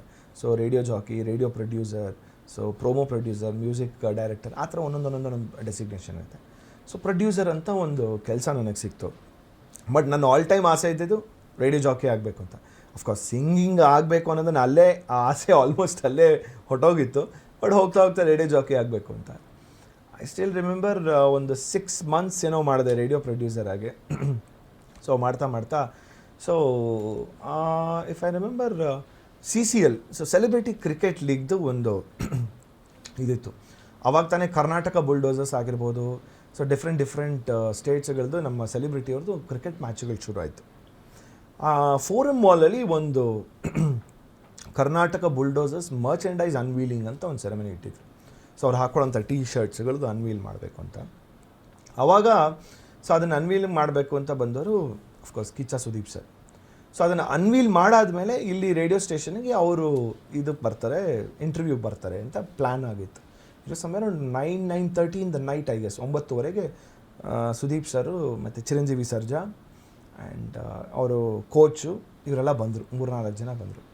ಆ ಟೈಮಲ್ಲಿ ಯಾರು ರೇಡಿಯೋ ಜಾಕಿ ಕೆಲಸ ಇದು ಇಂಟರ್ವ್ಯೂ ಮಾಡಬೇಕಿತ್ತು ಆ ಟೈಮಲ್ಲಿ ಇರಲಿಲ್ಲ. ಸೊ ನನ್ನ ಬಾಸ್ ಏನು ಮಾಡಿದ್ರು, ನೀನೇ ಇಂಟರ್ವ್ಯೂ ಮಾಡಿಬಿಡು ಅಂತ ಹೇಳಿದ್ರು. ನಾನು ಹೇಳಿದೆ, ನಾನು ಫಸ್ಟ್ ಟೈಮ್ ಇಂಟರ್ವ್ಯೂ, ನಾನು ಮೈಕ್ ಮುಂದೆನೇ ಹೋಗಿಲ್ಲ. ಶಿ ಸೆಡ್ ಇಲ್ಲ, I am very confident, go and do ಅಂತ. ಸೊ ನನ್ನ ಮೊಟ್ಟ ಮೊದಲನೇ ಲೈಫಲ್ಲಿ ಇಂಟರ್ವ್ಯೂ ಮಾಡಿರೋದು ಅಂತಲೇ ದ ಫಸ್ಟ್ ಸೆಲೆಬ್ರಿಟಿನೇ that is Kichcha Sudeep sir in fact. So ನನಗೇನು ಪ್ಲಾನ್ ಇರಲಿಲ್ಲ, just half an hour time ಸಿಕ್ತು, ಹೋದೆ, ಕೂತ್ಕೊಂಡೆ, ಇಂಟರ್ವ್ಯೂ ಮಾಡಿದೆ. ಆ ಫೋಟೋಸ್ ಇದೆ ಇನ್ಫ್ಯಾಕ್ಟ್ ನನ್ನ ಫೇಸ್ಬುಕ್ ಇನ್ಸ್ಟಾಗ್ರಾಮಲ್ಲಿ. ಇಂಟರ್ವ್ಯೂ ಮಾಡಿದ ತಕ್ಷಣ she was very confident that so he can handle a star like Kichcha Sudeep ಸರ್ನ ಹ್ಯಾಂಡಲ್ ಮಾಡ್ಬೋದು ಅಂತಂದರೆ he can become a good radio jockey ಅಂತ ಅವ್ರಿಗೆ ಅನ್ನಿಸ್ತೀನೋ ಆ ಟೈಮಲ್ಲಿ. I am very thankful to her. So ಅವ್ರು ನೆಕ್ಸ್ಟ್ ವೀಕೆ ನನಗೆ ರಾತ್ರಿ 11 ಗಂಟೆಯಿಂದ ಒಂದು ಶೋ ಕೊಟ್ಟರು. ಆ ಶೋ ಹೆಸರು ಬಂದು ಲವರ್ ಬಾಯ್ ಮಯೂರ ಅಂತ ಆ್ಯಕ್ಚುಲಿ. ಸೊ 11ರಿಂದ 1 ಗಂಟೆ so I use to advise all the ಪ್ರೇಮಿಗಳಿಗೆ. ಸೊ ಅವ್ರ ಸಮಸ್ಯೆಗಳೇನೇ ತೊಗೊಂಡು ಬಂದರು ಆ ಪ್ರಾಬ್ಲಮ್ಸ್ಗಳಿಗೆ ನಾನು ಅಡ್ವೈಸ್ ಕೊಡಬೇಕು ಅಂತ 2010 ಐ ಗೆಸ್ 2010 to 12 ಟೈಮಲ್ಲಿ. ಸೊ 2 ವರ್ಷ ಭಾಳ ಚೆನ್ನಾಗಿ ರೇಡಿಯೋ ಜಾಕಿಯಾಗಿ ಕೆಲಸ ಮಾಡಿದೆ ಅಲ್ಲಿ. ಅದಾದಮೇಲೆ ಅಫ್ಕೋರ್ಸ್ ಬೇರೆ ಬಿಗ್ ಎಫ್ ಎಮ್ಮಿಂದ ನನಗೆ ರಿಲಯನ್ಸ್ ಕಂಪ್ನಿ ಬಿಗ್ ಎಫ್ ಎಮ್ಮಿಂದ ಆಫರ್ ಬಂತು. ಸೊ ಐ ಮೂಡ್ ಅಲ್ಲಿ ಹೋದೆ. ಅಲ್ಲಿ ಹೋದ್ಮೇಲೆ ಅಲ್ಲಿ ಸಂಡೇ ಬೆಳಗ್ಗೆ 7ರಿಂದ 11 ಗಂಟೆ ಅನ್ಪ್ಲಗ್ಡ್ ವಿತ್ ಮಯೂರ್ ಅಂತ ಶೋನ ಶುರು ಮಾಡಿದೆ. So that is my USP or that is my show, I can say that one. ಅಂದರೆ ಆ ಶೋ ಕಂಪ್ಲೀಟಾಗೆ ಅವರು ಒಂದು ಅಡ್ವಾಂಟೇಜು ಇತ್ತು ನನಗದು. ಯಾಕಂದರೆ ಅವರು it was A dead slot. 7 ಗಂಟೆಯಿಂದ 11 ಗಂಟೆ ಭಾನುವಾರ ಬೆಳಗ್ಗೆ ಮಾಡಿದಾಗ ಸುಮಾರು ಒಂದು 10,000ದಿಂದ 11,000 ಲಿಸ್ನರ್ಶಿಪ್ ಇತ್ತು ಶೋ ಶುರು ಮಾಡಿದಾಗ. ದೇ ಸೈಡ್ ಈ ಟೈಮಲ್ಲಿ ಯಾವುದೋ ಒಂದು ಶೋ ಇಲ್ಲ ನಿಮ್ಗೆ ಆಫರ್ ಮಾಡೋದಕ್ಕೆ, all we can give you is like Sunday ಬೆಳಗ್ಗೆ ಸ್ಲಾಟ್ ಕೊಡ್ತೀವಿ, ಯೋಚನೆ ಮಾಡಿ ನೋಡು, you come up with a concept ಅಂದರು. ಸೊ ನನಗೆ ಸಿಂಗಿಂಗ್ ಆಸೆ ಇತ್ತು. ಸರಿ ಇನ್ನೇನು ಮಾಡೋದು, ಸಿಂಗರ್ಸ್ಗಳು ಇಂಟರ್ವ್ಯೂ ಮಾಡ್ಬೋದು, ಅವ್ರ ಜರ್ನಿ ತಿಳ್ಕೊಳ್ಳೋಣ ಅಂತ ಹೇಳಿ ಈ ಒಂದು ಕಾನ್ಸೆಪ್ಟನ್ನೇ ತೊಗೊಂಡು ಬಂದೆ. ಸರಿ ಕೊಟ್ಟರು. So by the time of course 6 ವರ್ಷ 5.25 ವರ್ಷ ಶೋ ಮಾಡಿದೆ. ಸೊ ನಾನು ಶುರು ಮಾಡಿದಾಗ 10,000 ಲಿಸ್ನರ್ಶಿಪ್ ಇತ್ತು. ಎಂಡ್ ಮಾಡಿದಾಗ ಆನ್ ಆನ್ ಆ್ಯಾವ್ರೇಜ್ 8.5 ಲಕ್ಷ ಕೇಳೋರು ಜನ. ಇನ್ಫ್ಯಾಕ್ಟ್ ಪ್ರತಿಯೊಂದು ಭಾನುವಾರ ಬೆಳಗ್ಗೆ 8.5ರಿಂದ 10 ಲಕ್ಷ ಆಲ್ಮೋಸ್ಟ್ ಲಿಸ್ನರ್ಶಿಪ್ ಇತ್ತು. ಸೊ ಅದು ಒಂದು ಲೆಗಸಿ ಕಂಟಿನ್ಯೂ ಆಯಿತು. ಇಳಯರಾಜ ಸರ್ ಆಗಿರ್ಬೋದು, Yesudas sir, Vijay Prakash, Raghu Dixit, Shreya Ghoshal, Sonu Nigam, I think ಇಷ್ಟು ಹೆಸರು ನನಗೆ ನೆನಪಾಗ್ತಿದೆ. ಬಟ್ 256 ವೀಕ್ಸ್ವರೆಗೂ ನನಗೆ ಆ ಶೋ ನಡೀತು. ಆ್ಯಂಡ್ ಜೊತೆಗೆ ಅಲ್ಲಿ ನನಗೆ ಒಂಥರ ಟರ್ನಿಂಗ್ ಪಾಯಿಂಟ್ ಕೆರಿಯರ್ ಅಂತಂದರೆ ಇದು ನಾನು ರೇಡಿಯೋ ಜಾಕಿಗೆ ಹೋಸ್ಟ್ ಮಾಡ್ತಿದ್ದೆ. ಬಟ್ ಆಸ್ ಪ್ರೊಡ್ಯೂಸರಾಗಿ 1-2 ಮೇಯ್ನ್ ಶೋನ ನಾನು ಪ್ರೊಡ್ಯೂಸ್ ಮಾಡಿದೆ ಅಲ್ಲಿ. ಪ್ರೊಡ್ಯೂಸ್ ಅಂದರೆ ರೇಡಿಯೋ ಟರ್ಮಿನಾಲಜಿಲಿ ಪ್ರೊಡ್ಯೂಸ್ ಅಂತಲೇ ದುಡ್ಡು ಹಾಕೋನಲ್ಲ. ಸೊ ಅದನ್ನು ಡೈರೆಕ್ಟ್ ಮಾಡೋನಿಗೆ ರೇಡಿಯೋ ಪ್ರೊಡ್ಯೂಸರ್ಸ್ ಅಂತ ಹೇಳ್ತಾರೆ. ಇನ್ಫ್ಯಾಕ್ಟ್ ಮೀಡಿಯಾದಲ್ಲಿ ತುಂಬ ವೆರಿ ಡಿಫ್ರೆಂಟ್ ವರ್ಡ್ಸ್ಗಳು ಅಥವಾ ಡೆಸಿಗ್ನೇಷನ್ಗಳು ಕರೀತಾರೆ. ಸೊ ರೆಟ್ರೋ ಟಾಕೀಸ್ ಅಂತ ಒಂದು ಶೋ ಬಂದಿತ್ತು, ಮಧ್ಯಾಹ್ನ 2ರಿಂದ 5 ಗಂಟೆ ಪ್ರಸಾರ ಆಗ್ತಿತ್ತು. ಸಿ ಕೈ ಚಂದ್ರು, ಸಿ ಕೈ ಗೀತಾ ಮಾಡೋರು. ಅದಕ್ಕೆ ಇನಿಷಿಯಲಿ ಸ್ಕ್ರಿಪ್ಟನ್ನ ಮಾಡ್ತಾ I started producing the show. So ಅದು ಕ್ರಮೇಣ ಮಾಡ್ತಾ ಮಾಡ್ತಾ ಅದು ಶುರುವಾಗಿದ್ದು ವಾರದಲ್ಲೇ ನಂಬರ್ 1 ಪೊಸಿಷನ್ ತೊಗೊಂಡ್ಬಿಟ್ವಿ ಅದನ್ನು. ಸೊ ಯಾವಾಗ ಈ ಥರ ಸೆಲೆಬ್ರಿಟಿಗಳು, ಆ್ಯಕ್ಟ್ರೆಸ್ಗಳು ಬಂದು ರೇಡಿಯೋ ಜಾಕಿ ಮಾಡೋ ಒಂದು ಟ್ರೆಂಡು ನಮ್ಮ ರೇಡಿಯೋ ಸ್ಟೇಷನಲ್ಲಿ ನಾವೇ ತೊಗೊಂಡು ಬಂದ್ವಿ. ಆವಾಗ ನನ್ನ ಬಾಸ್ ದಿವ್ಯಶ್ರೀನೂ ಕೂಡ she was extremely part of it actually. So ಇದನ್ನು ಮಾಡ್ತಾ ಮಾಡ್ತಾ then I think 2016 or 15 end 16 ಆ 15ಇಂದ ಶುರು ಆಯಿತು. ವೈ ನಾಟ್ ನಾವು ಕ್ರೇಜಿ ಸ್ಟಾರ್ ರವಿಚಂದ್ರನ್ ಸರ್ನ ಕರ್ಕೊಂಡು ಬಂದು ರೇಡಿಯೋ ಜಾಕಿಯಾಗಿ ಯಾಕೆ ಟ್ರೈ ಮಾಡಬಾರ್ದು ಅಂತ ಒಂದು ಥಾಟ್ ಬಂತು. ಅವಾಗ ಶುರು ಮಾಡಿದ್ದೆ, ರವಿ ಸರ್ನ ಅಪ್ರೋಚ್ ಮಾಡೋಕ್ಕೆ ಶುರು ಮಾಡಿದ್ವಿ. ಸೊ ರವಿ ಸರ್ನ ಕನ್ವಿನ್ಸ್ ಮಾಡಿಸೋದಕ್ಕೆ ನಾವು 1 ವರ್ಷ ತೊಗೊಂಡ್ವಿ. ಇನ್ಫ್ಯಾಕ್ಟು ಅಂದರೆ ಕಷ್ಟ ಅಂತ ಹೇಳಲ್ಲ, ನನಗೆ ತುಂಬ ಸುಲಭವಾಗಿತ್ತು. ಬಟ್ ಏನಂದರೆ ಆ ಒಂದು ಒಡನಾಟ ಹಂಗೆ ಬೆಳ್ಕೊಂಬಿಡ್ತು 1 ವರ್ಷದಲ್ಲಿ. ಎವ್ರಿ ಡೇ ಕೆಲಸ ಮುಗಿಸು, ಆಫೀಸ್ ಕೆಲಸ ಮುಗಿಸು, ಹೋಗು ರವಿ ಸರ್ ಮನೇಲಿ ಕೂತ್ಕೋ. ಸೊ ರವಿ ಸರ್ ಜೊತೆ ಮಾತಾಡ್ತಾ ರೇಡಿಯೋ ಶೋ ಪ್ಲ್ಯಾನ್ ಮಾಡೋದು ಮಾಡಿ 1 ವರ್ಷದಲ್ಲಿ ತುಂಬ ಒಳ್ಳೆ ಒಡನಾಟ ಬೆಳೀತು ನಮಗೆ. ಸೊ ಅದಾದಮೇಲೆ ರವಿ ಸರ್ ಶೋ ಮಾಡೋಕ್ಕೆ ಶುರು ಮಾಡಿದ್ರು. So I was working with him, ನಾನೇ ವರ್ಕ್ ಮಾಡ್ತಿದ್ದೆ ಅವ್ರ ಜೊತೆ. ಸೊ 2016 ಆ್ಯಂಡ್ 17ವರೆಗೂ 1.5ರಿಂದ 2 ವರ್ಷ ರವಿ ಸರ್ ಜೊತೆ 2 ವರ್ಷ the most unforgettable experience I can say. Cinema ಆಯಾಮಗಳಾಗಿರಬಹುದು, ಸಿನಿಮಾ ರಂಗದವ್ರ ಬಗ್ಗೆ ಆಗಿರ್ಬೋದು, ಸಿನಿಮಾ ರಂಗ ಬಗ್ಗೆ ಸುಮಾರು ವಿಷಯಗಳನ್ನ ತಿಳ್ಕೊಂಡೆ. ಅವಾಗಿಂದ ನನಗೆ ಹುಟ್ಕೊಂಡಂಥ ಒಂದು ಸ್ಪಾರ್ಕ್ ಏನು ಅಂತಂದರೆ I want get into cinema industry ಅಂತ ನನಗೆ ಹುಟ್ಕೊಂಡು ಥಾಟ್. ಬಟ್ ಅದು ಕಾರ್ಯರೂಪಕ್ಕೆ ಬರೋದಕ್ಕೆ ಹೇಗಾಯಿತು ಅಂತಂದರೆ 2017 ಒಂದ್ಸಲಿ ಜಿ ಕನ್ನಡ ಸರೆಗಮಪಲ್ಲಿ ಇದು ನೋಡ್ತಾ ಇದ್ವಿ, ಅದು ಸರೆಗಮಪ ಶೋ ನೋಡ್ತಿದ್ವಿ. ಸೊ ನಮ್ಮ ಸಿಂಗರ್ ರಾಜೇಶ್ ಕೃಷ್ಣನ್ ಅವ್ರಿಗೆ 25 ವರ್ಷ ಕಂಪ್ಲೀಟ್ ಆಯಿತು ಅವ್ರ ಇಂಡಸ್ಟ್ರೀಲಿ ಅಂತ ಒಂದು ದೊಡ್ಡ ಕಾರ್ಯಕ್ರಮ ಮಾಡ್ತಿದ್ರು. I think it was a tribute to him. So ನಾನು ಮತ್ತು ನನ್ನ ಗೆಳೆಯರಿಗೆ ಏನು ಅನಿಸ್ತು ಅಂತಂದರೆ ವೈ ನಾಟ್ ನಾವು ಯಾಕೆ ಒಂದು ಟ್ರಿಬ್ಯೂಟ್ ಕೊಡಬಾರ್ದು, ಒಂದು ಡೆಡಿಕೇಟ್ ಮಾಡಬಾರ್ದು ರಾಜೇಶ್ ಕೃಷ್ಣನ್ ಸರ್ಗೆ ಅನ್ನಿಸ್ತು. So that is when I came up with this concept called as ಕನ್ನಡದ ಆ್ಯಕ್ಯಾಪೆಲ್ಲ ವೀಡಿಯೋ ಅಂತ ಅಂದ್ಬಿಟ್ಟು ಪ್ಲ್ಯಾನ್ ಮಾಡಿದೆ. ಅದು ಆ್ಯಕ್ಯಾಪೆಲ್ಲ ಅಂತಂದರೆ ನನ್ನ friend Nakul Abhyankar, is A musician, ಅವನು ಅವ್ನು ಕಂಪೋಸ್ ಮಾಡ್ತೀನಿ ಅಂತ. ಏನಂದರೆ ಆ್ಯಕ್ಯಾಪೆಲ್ಲ ಅಂತಲೇ ಯಾವುದೇ ಆದಂಥ ಇನ್ಸ್ಟ್ರೂಮೆಂಟ್ಸ್ಗಳನ್ನ ಬಳಕೆ ಮಾಡೋದಿಲ್ಲ. ಸೊ ಎಲ್ಲ ಇನ್ಸ್ಟ್ರೂಮೆಂಟ್ಗಳ ಸೌಂಡಿಂಗ್ನ ವೋಕಲ್ ಕಾರ್ಡ್ಸಲ್ಲೇ ಬರೋವಂಥದ್ದು. ಅಂದರೆ ಈಗಾಗಲೇ ನೋಡಿರ್ತೀರ, ನಿಮ್ಗೆ ಗೊತ್ತಿರುತ್ತೆ. ಸೊ ಒಂದು ಬೇಸ್ ಗಿಟಾರ್ ಆಗಿರ್ಬೋದು, ಲೀಡ್ ಆಗಿರ್ಬೋದು, ಎಲ್ಲನೂ ವೋಕಲ್ ಕಾರ್ಡ್ಸಿಂದನೇ ಮಾಡೋಂಥದ್ದು. ಎಷ್ಟೊಂದು ಬ್ಲಾಗ್ಸಲ್ಲಿ, ವೀಡಿಯೋಸಲ್ಲಿ ಮುಖಗಳು ಕಾಣಿಸುತ್ತೆ. ಸೊ ಆ ರೀತಿ ಮಾಡಿ ಇದೊಂದು ಕನ್ನಡದ ಆ್ಯಕ್ಯಾಪಲ್ ರಾಜೇಶ್ 25 ಮಾಡಿ ಅವ್ರಿಗೊಂದು ಟ್ರಿಬ್ಯೂಟ್ ಕೊಡೋಣ 25 ವರ್ಷಕ್ಕೆ ಅಂತ ಪ್ಲ್ಯಾನ್ ಮಾಡಿದ್ವಿ. ಆವಾಗ Nakul introduce me to Giridhar ದಿವಾನ್ಗೆ ಇಂಟ್ರಡ್ಯೂಸ್ ಮಾಡಿದ್ರು. So Giridhar Diwan sir is a music director, Chiru film music ಮಾಡಿದಂಥವ್ರು, ಅಥವಾ DOP ಆ್ಯಡ್ ಫಿಲಮ್ ಮೇಕರ್ ಅವರು. ಸೊ ಅವರು ಇದು ಕಂಪ್ಲೀಟ್ ಪ್ರಾಜೆಕ್ಟ್ ಆಗಬೇಕಾದ್ರೆ he told me one thing, I think ನಿನಗೆಲ್ಲೋ ಒಂದು ಕಡೆ ಈ ಡೈರೆಕ್ಷನ್ ಮಾಡೋಂಥ ಸ್ಕಿಲ್ ಸೆಟ್ ಇದೆ ಅನಿಸುತ್ತೆ, ಸೊ ಯಾಕೆ ಟ್ರೈ ಮಾಡಬಾರ್ದು, why don't you get into direction ಅಂತಂದರು. ನನಗೆ ರೇಡಿಯೋ ಜಾಕಿಯಾಗಿ ಆರಾಮ್ಸೆ ಇರೋಣ ಅಂತ ನನ್ನ ಲೈಫಲ್ಲಿ ನನ್ನ ತಲೆಯಲ್ಲಿ ಇದ್ದಿದ್ದದು ಆ ಟೈಮಲ್ಲಿ. ಬಟ್ ಹೀ ಇಗ್ನೈಟೆಡ್ ದಟ್, ಯಾಕೆ ಮಾಡಬಾರ್ದು, ನೋಡು ಅಂತ ಹೇಳಿದ್ರು. ಸರಿ, ಯಾಕೆ ಟ್ರೈ ಮಾಡಬಾರ್ದು ಅಂತ ಬಟ್ ನಾನು ಅವಾಗ ಒಂದು ಹೇಳಿದೆ, ಸರ್ ನನಗೆ ಜೀವನದಲ್ಲಿ ಸಿನಿಮಾ ಮಾಡಬೇಕು ಅಂತಲೇ ತುಂಬ ಕಷ್ಟ ಅದು, ನನಗೇನು ಗೊತ್ತಿಲ್ಲ. ನಾನು have not worked as an assistant, ಯಾರ ಕೈಯಲ್ಲೂ ಕೆಲಸ ಮಾಡಿಲ್ಲ, ನನ್ನ ಕ್ಯಾಮ್ರಾ ಟೆಕ್ನಿಕ್ಸ್ಗಳು ಗೊತ್ತಿಲ್ಲ, ಹೇಗೆ ಅನ್ನೋದು ಗೊತ್ತಿಲ್ಲ ನನಗೆ. ಸೊ ನಾನೊಂದು ಐಡಿಯಾ ಮಾಡ್ತೀನಿ, ಅಟ್ಲೀಸ್ಟ್ ಒಂದು ಶಾರ್ಟ್ ಫಿಲಮ್ ಮಾಡ್ತೀನಿ, ABCD ಕಲಿಬೋದು. So then it becomes easy ನನಗೆ ಒಂದು ದೊಡ್ಡ ಫೀಚರ್ ಫಿಲಮ್ ಮಾಡೋಕ್ಕೆ ಅಂತ ಅನ್ನಿಸ್ತು. ಇಟ್ಸ್ ಎ ವಂಡರ್ಫುಲ್ ಐಡಿಯಾ, ಹಾಗೆ ಮಾಡೋಣ ಅಂತ ಅವ್ರು ಅಂದರು. ಸೊ ಶಾರ್ಟ್ ಫಿಲಮ್ ಏನೋ ಮಾಡ್ಬೋದು, ಐಡಿಯಾ ಏನೋ ಸ್ಕ್ರಿಪ್ಟ್ ಏನೋ ಬರೆದುಬಿಟ್ಟೆ. ದುಡ್ಡಲ್ಲಿಂದ ಸಿಗುತ್ತೆ, ಬಿಕಾಸ್ ಶಾರ್ಟ್ ಫಿಲಮ್ ಬಂಡವಾಳ ಹಾಕೋದಂತೂ ಭಾಳ ಕಷ್ಟ, ಯಾಕಂದರೆ ನಿಮಗೆ ಯಾವುದು ರಿಟರ್ನ್ಸ್ ಇರಲ್ಲ. ದಟ್ ಈಸ್ ವೆನ್ ನನಗೆ 2012 ಅಂತ ಇಟ್ಕೊಳ್ಳಿ, ಬುಲ್ಬುಲ್ ಸಿನಿಮಾ ಆದಮೇಲೆ ದಿಲ್ ರಂಗೀಲಾ ಸಿನಿಮಾಯಿಂದ ನನಗೆ Rachita Ram was very close to me. Reason, Rachita Ram ಇಂಟರ್ವ್ಯೂನ ನಾನು Big FM ಅಲ್ಲಿ ತೊಗೊಂಡಿದ್ದೆ. ಸೊ ಅವಾಗಿಂದ as a media person I was very close to her, ಅವರು ಕೂಡ ಕ್ಲೋಸ್ ಇದ್ದರು. ಸೊ ಅವಾಗ ಫೋನಲ್ಲಿ ಮಾತಾಡ್ತಿದ್ವಿ, ಅಥವಾ ಮೀಟ್ ಮಾಡ್ತಿದ್ವಿ, ಅಥವಾ ಇಂಟರ್ವ್ಯೂ ಮಾಡ್ತಿದ್ವಿ.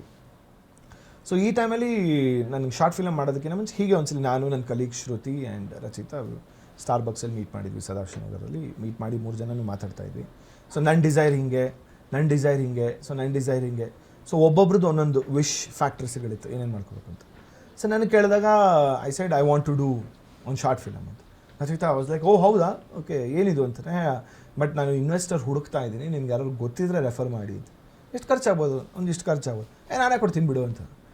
ನಾನು ಸಿನಿಮಾದವ್ರು ಹೇಳ್ತಾರೆ ಗುರು, ಬಟ್ ನಿಜ ಮಾಡ್ತಾರೆ ಅಂತ ನನಗೆ ಆ ಟೈಮಲ್ಲಿ ಅಲ್ಲಿವರೆಗೂ, ಬಿಕಾಸ್ ಯಾವುದು ಇನ್ನೂ ಸಮುದ್ರಕ್ಕೆ ಮುಳುಗೇ ಇಲ್ವಲ್ಲ, ಒಳಗೆ ಹೋಗೇ ಇಲ್ವಲ್ಲ. ಸರಿ ಆಯಿತು ಅಂತ ಅಂದ್ಬಿಟ್ಟು ನೋಡೋಣ ಅಂತಂದ್ಬಿಟ್ಟು, ಆಯಿತು ಪ್ಲ್ಯಾನ್ ಮಾಡ್ಕೊಂಡು ನೀನು ಮಾಡ್ತೀನಿ ಅಂದರು. ಸೊ ಪ್ಲ್ಯಾನ್ ಎಲ್ಲ ಮಾಡಿಕೊಂಡೆ. ನಾಳೆ ಶೂಟು ಅನ್ಬೇಕಾದ್ರೆ ಹಿಂದಿನ ದಿವಸ ರಚಿತಾಗೂ ಫೋನ್ ಮಾಡಿದೆ, ಈ ಥರ ಪ್ಲ್ಯಾನ್ ಆಗಿದೆ. ಓಕೆ ಡನ್ ಅಂದರು. ಅವ್ರ ಡ್ರೈವರ್ ಕೈಲಿ ನನಗೆ ದುಡ್ಡನ್ನ ಮನೆಗೆ ಕೊಟ್ಟು ಕಳಿಸಿದ್ರು. ಆವಾಗ ನನಗೊಂಥರ confidence, actually wow, this is something like ನಾನು ಕಂಡಂಥ ಕನಸು ನಿಜ ಆಗ್ತಿದೆಯೇನೋ ಅಂತ. ಇವತ್ತು ಆಗಸ್ಟ್ 15 ನೋಡ್ತಿರೋ ನಿಮಗೆ ಗೊತ್ತಾಗುತ್ತೆ. ಆಗಸ್ಟ್ ಎಕ್ಸಾಕ್ಟ್ಲಿ 13ನೇ ತಾರೀಕು 3 ವರ್ಷದ ಹಿಂದೆ ರಿಷಭಪ್ರಿಯ ಲಾಂಚ್ ಆಗಿತ್ತು. ಸೊ ರಿಷಭಪ್ರಿಯ ಲಾಂಚ್ ಆಗಿದ್ದು, ಸೊ ನಾವು ಯಾಕಂದರೆ ಅದೊಂದು 1.5 ತಿಂಗಳಲ್ಲಿ ಇದನ್ನು ಮಾಡಿದ್ವಿ, ಫುಲ್ ಶೂಟ್ ಮಾಡಿದ್ವಿ. ಸೊ ಆವಾಗ ರಾಗಿಣಿ ಚಂದ್ರನ್ ಅಂದರೆ ಪ್ರಜ್ವಲ್ ದೇವರಾಜ್ ಅವ್ರ ಹೆಂಡತಿ, ಅವ್ರನ್ನ ಕಾಸ್ಟ್ ಮಾಡಿದ್ವಿ. ಶ್ರೀ ಮಹಾದೇವ್ ಅಂತ ಆಲ್ರೆಡಿ ಶ್ರೀರಸ್ತು ಶುಭಮಸ್ತು ಆಗಿರ್ಬೋದು, ಇನ್ನೊಂದು 2-3 ಸೀರಿಯಲಲ್ಲಿ he was quite popular. So ಅವ್ರನ್ನ ಕಾಸ್ಟ್ ಮಾಡಿದ್ವಿ, ಸಿ ಕೈ ಚಂದ್ರು, ಸಿ ಕೈ ಗೀತಾ. ಸೊ ಹೀಗೆ ಒಂದು ಮಲ್ಟಿ ಸ್ಟಾರ್ ಕಾಸ್ಟನ್ನು ಇಟ್ಕೊಂಡು 31 to 35 ಮಿನಿಟ್ಸ್ ಒಂದು ಶಾರ್ಟ್ ಫಿಲಮ್ ಮಾಡಿದ್ವಿ. ಬಟ್ ಈ ಶಾರ್ಟ್ ಫಿಲಮ್ ನೋಡ್ತು ಅಂದರೆ ಎಲ್ಲೂ ಕೂಡ ನಿಮಗೆ technically you don't feel like ಅಯ್ಯೋ ಇದೊಂಥರ ಶಾರ್ಟ್ ಫಿಲಮ್ ಥರ, ಅಂದರೆ ಅಷ್ಟು ಒಂದು ಫೀಚರ್ ಫಿಲಮ್ ರೇಂಜಲ್ಲಿ ಇದೊಂದು ಶಾರ್ಟ್ ಫಿಲಮ್ನ ಮಾಡಿದ್ವಿ. ಯಾಕಂದರೆ ನನಗೆ ಟೆಕ್ನಿಕಲಿ ನಾನು ತಿಳ್ಕೊಬೇಕಾಗಿತ್ತು ಅಂತ ನನ್ನ ತಲೆಯಲ್ಲಿ ಇದ್ದಿದ್ದು. ಸೊ ಹಾಗಾಗಿ ಇದನ್ನು ಮಾಡಿದ್ವಿ. ಬಟ್ ಇದನ್ನು ಮಾಡಿದ್ಮೇಲೆ ಪ್ರಪ್ರಥಮ ಬಾರಿಗೆ ಕನ್ನಡ ಚಿತ್ರರಂಗದಲ್ಲಿ ಒಂದು ಕಿರು ಚಿತ್ರಕ್ಕೆ ಆಡಿಯೋ ಲಾಂಚ್ ಕೂಡ ಮಾಡಿದ್ವಿ ಇದನ್ನು. In fact so we did an audio launch for A short film. 2 ಹಾಡಿದೆ. ಸೊ ಒಂದು ಹಾಡು ವಿಜಯ್ ಪ್ರಕಾಶ್ ಸರ್ ಹಾಡಿದ್ದಾರೆ, ಆಮೇಲೆ ಒಂದು ಹಾಡನ್ನ ಚರಣ್ ರಾಜ್ ಕಂಪೋಸ್ ಮಾಡಿದ್ರು. ಸೊ ನಾನು Charan was extremely good friends even ನಾವು. ಸೊ ಹಾಗಾಗಿ this became one of the biggest talk of the town short films ಅಂತ ಹೇಳಿದ್ರೆ ತಪ್ಪಾಗಲ್ಲ. ಆ ಟೈಮಲ್ಲಿ ಅದು ಏನು ಪ್ಲ್ಯಾನ್ ಇರಲಿಲ್ಲ, ಎಲ್ಲ ಒಂಥರ ಅನ್ಪ್ಲ್ಯಾನ್ಡಾಗೆ ಹೋಯಿತು. ಸೊ ಈ ಶಾರ್ಟ್ ಫಿಲಮ್ ಮಾಡಾದ್ಮೇಲೆ ಇದನ್ನು ಒಂದು ಕೂಡ ವಿಭಿನ್ನವಾಗಿ ರಿಲೀಸ್ ಮಾಡೋಣ ಅಂಥೇಳಿ, this is the first short film ಇದು ಥಿಯೇಟ್ರಲ್ಲಿ ಬಿಡುಗಡೆ ಮಾಡಿದ್ವಿ. ಅಂದರೆ 250 ರೂಪಾಯಿ ದುಡ್ಡನ್ನ ಪ್ರೈಸಿಂಗನ್ನು ಇಟ್ಟು ಅದನ್ನು ಥಿಯೇಟ್ರಲ್ಲಿ ಬಿಡುಗಡೆ ಮಾಡಿದ್ವಿ. 4 ಶೋನ ಇಟ್ವಿ. ನೋಡೋಣ ಮೊದಲನೇ ಶೋ ಹೆಂಗಿರುತ್ತೆ ಅಂತ. 4 ಶೋಗೆ 4 ಶೋನು ಹೌಸ್ಫುಲ್ ಆಯಿತು. And for the first time ಒಂದು ಕಿರುಚಿತ್ರದಿಂದ ದುಡ್ಡು ರಿಟರ್ನ್ಸ್ ಬರೋಕ್ಕೆ ಶುರು ಆಯಿತು. ಸೊ ಯಾರೇ ಕಿರುಚಿತ್ರ ಮಾಡ್ತಿರಲ್ಲ, ಇಫ್ ಯು ಪ್ಲ್ಯಾನ್ ಪ್ರಾಪರ್ಲಿ, ನಿಮ್ಮ ತಲೆಯಲ್ಲಿ ಇಟ್ಕೊಂಡು ಪ್ಲ್ಯಾನಿಂಗ್ ಮಾಡ್ಕೊಂಡ್ರೆ, ಪೊಸಿಷನಿಂಗ್ ಸಿನಿಮಾ ಮಾಡ್ಕೊಂಡ್ರೆ, you can definitely make money ಅಂತ ನಾನು ಈ ಮೂಲಕ ಹೇಳೋಕ್ಕೆ ಇಷ್ಟಪಡ್ತೀನಿ. ಸೊ ಮಾಡಿದ್ವಿ, ರಿಲೀಸು ಆಯಿತು. So and unbelievably, so SIIMA short ಫಿಲಮಲ್ಲಿ 7 ಕ್ಯಾಟಗರಿಲೂ ಕೂಡ ನಮ್ಮ ಸಿನಿಮಾ ನಾಮಿನೇಟ್ ಆಗಿತ್ತು. 3 ಕ್ಯಾಟಗರಿಲಿ ಅವಾರ್ಡ್ ಗೆದ್ವಿ. ಸೊ ಬೆಸ್ಟ್ ಹೀರೋಗೆ ಶ್ರೀ ಮಹಾದೇವ್ ಗೆದ್ದರು, ಮ್ಯೂಸಿಕ್ ಡೈರೆಕ್ಷನಲ್ಲಿ ನಕುಲ್ ಚರಣ್ ಗೆದ್ದರು, ಆ್ಯಂಡ್ ಬೆಸ್ಟ್ ಡೈರೆಕ್ಟರ್ ಅವಾರ್ಡಾಗಿ ನಾನು ಕೂಡ ಗೆದ್ದೆ. ಸೊ ಇಷ್ಟೆಲ್ಲ ಆದಮೇಲೆ the next journey was cinema was my journey. So cinema ಹೆಂಗೆ ಯಾಕೆ ಹೋಗಬೇಕಾಗಿತ್ತು ಅನ್ಬೇಕಾರೆ ಇದು ಐ ಥಿಂಕ್ ನನ್ನ ಇನ್ಸ್ಟಾಗ್ರಾಮ್ ಆಗಿರ್ಬೋದು ಫೇಸ್ಬುಕ್ಕಲ್ಲಿ ಅನೇಕ ಬಾರಿ ಈ ಕತೆ ಹೇಳಿದ್ದೀನಿ ಇನ್ಫ್ಯಾಕ್ಟು. ಸೊ ರಿಷಭಪ್ರಿಯ ಶೂಟ್ ಇನ್ನೂ ಒಂದು ದಿವಸ ಇತ್ತು. ಆ ಒಂದು ದಿವಸ ಇರೋದಕ್ಕಿಂತ ಮುಂಚೆ ನಾನು ಕೋಲ್ಕತ್ತಾಯಿಂದ ಬೆಂಗಳೂರಿಗೆ ಫ್ಲೈಟಲ್ಲಿ ಬರ್ತಿದ್ದೆ. ಸೊ ನಂದು ಆಫೀಸ್ ರಿಲೇಟೆಡ್ ವರ್ಕಲ್ಲಿ. ಸೊ ಬರ್ತಿರ್ಬೇಕಾದ್ರೆ ನನ್ನ ಮೋಸ್ಟ್ ಫೇವ್ರೇಟ್ ಫಿಲಮ್ ಆ ಟೈಮಲ್ಲಿ ಇದ್ದಿದ್ದು MS ಧೋನಿ ಇನ್ಫ್ಯಾಕ್ಟ್. ಸೊ ಈ Dhoni Sushant Singh Rajput act ಮಾಡೋದಂಥ cinema.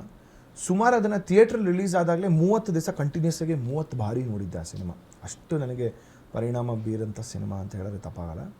So ಒಂದು 4-5 ಸೀಕ್ವೆನ್ಸ್ಗಳು ಮಾತ್ರ ನೋಡ್ತಾನೇ ಇದ್ದೆ ನಾನು. ಅದ್ಯಾಕೋ ತುಂಬ ಇಷ್ಟ ಆಗ್ತಿತ್ತು ನನಗೆ.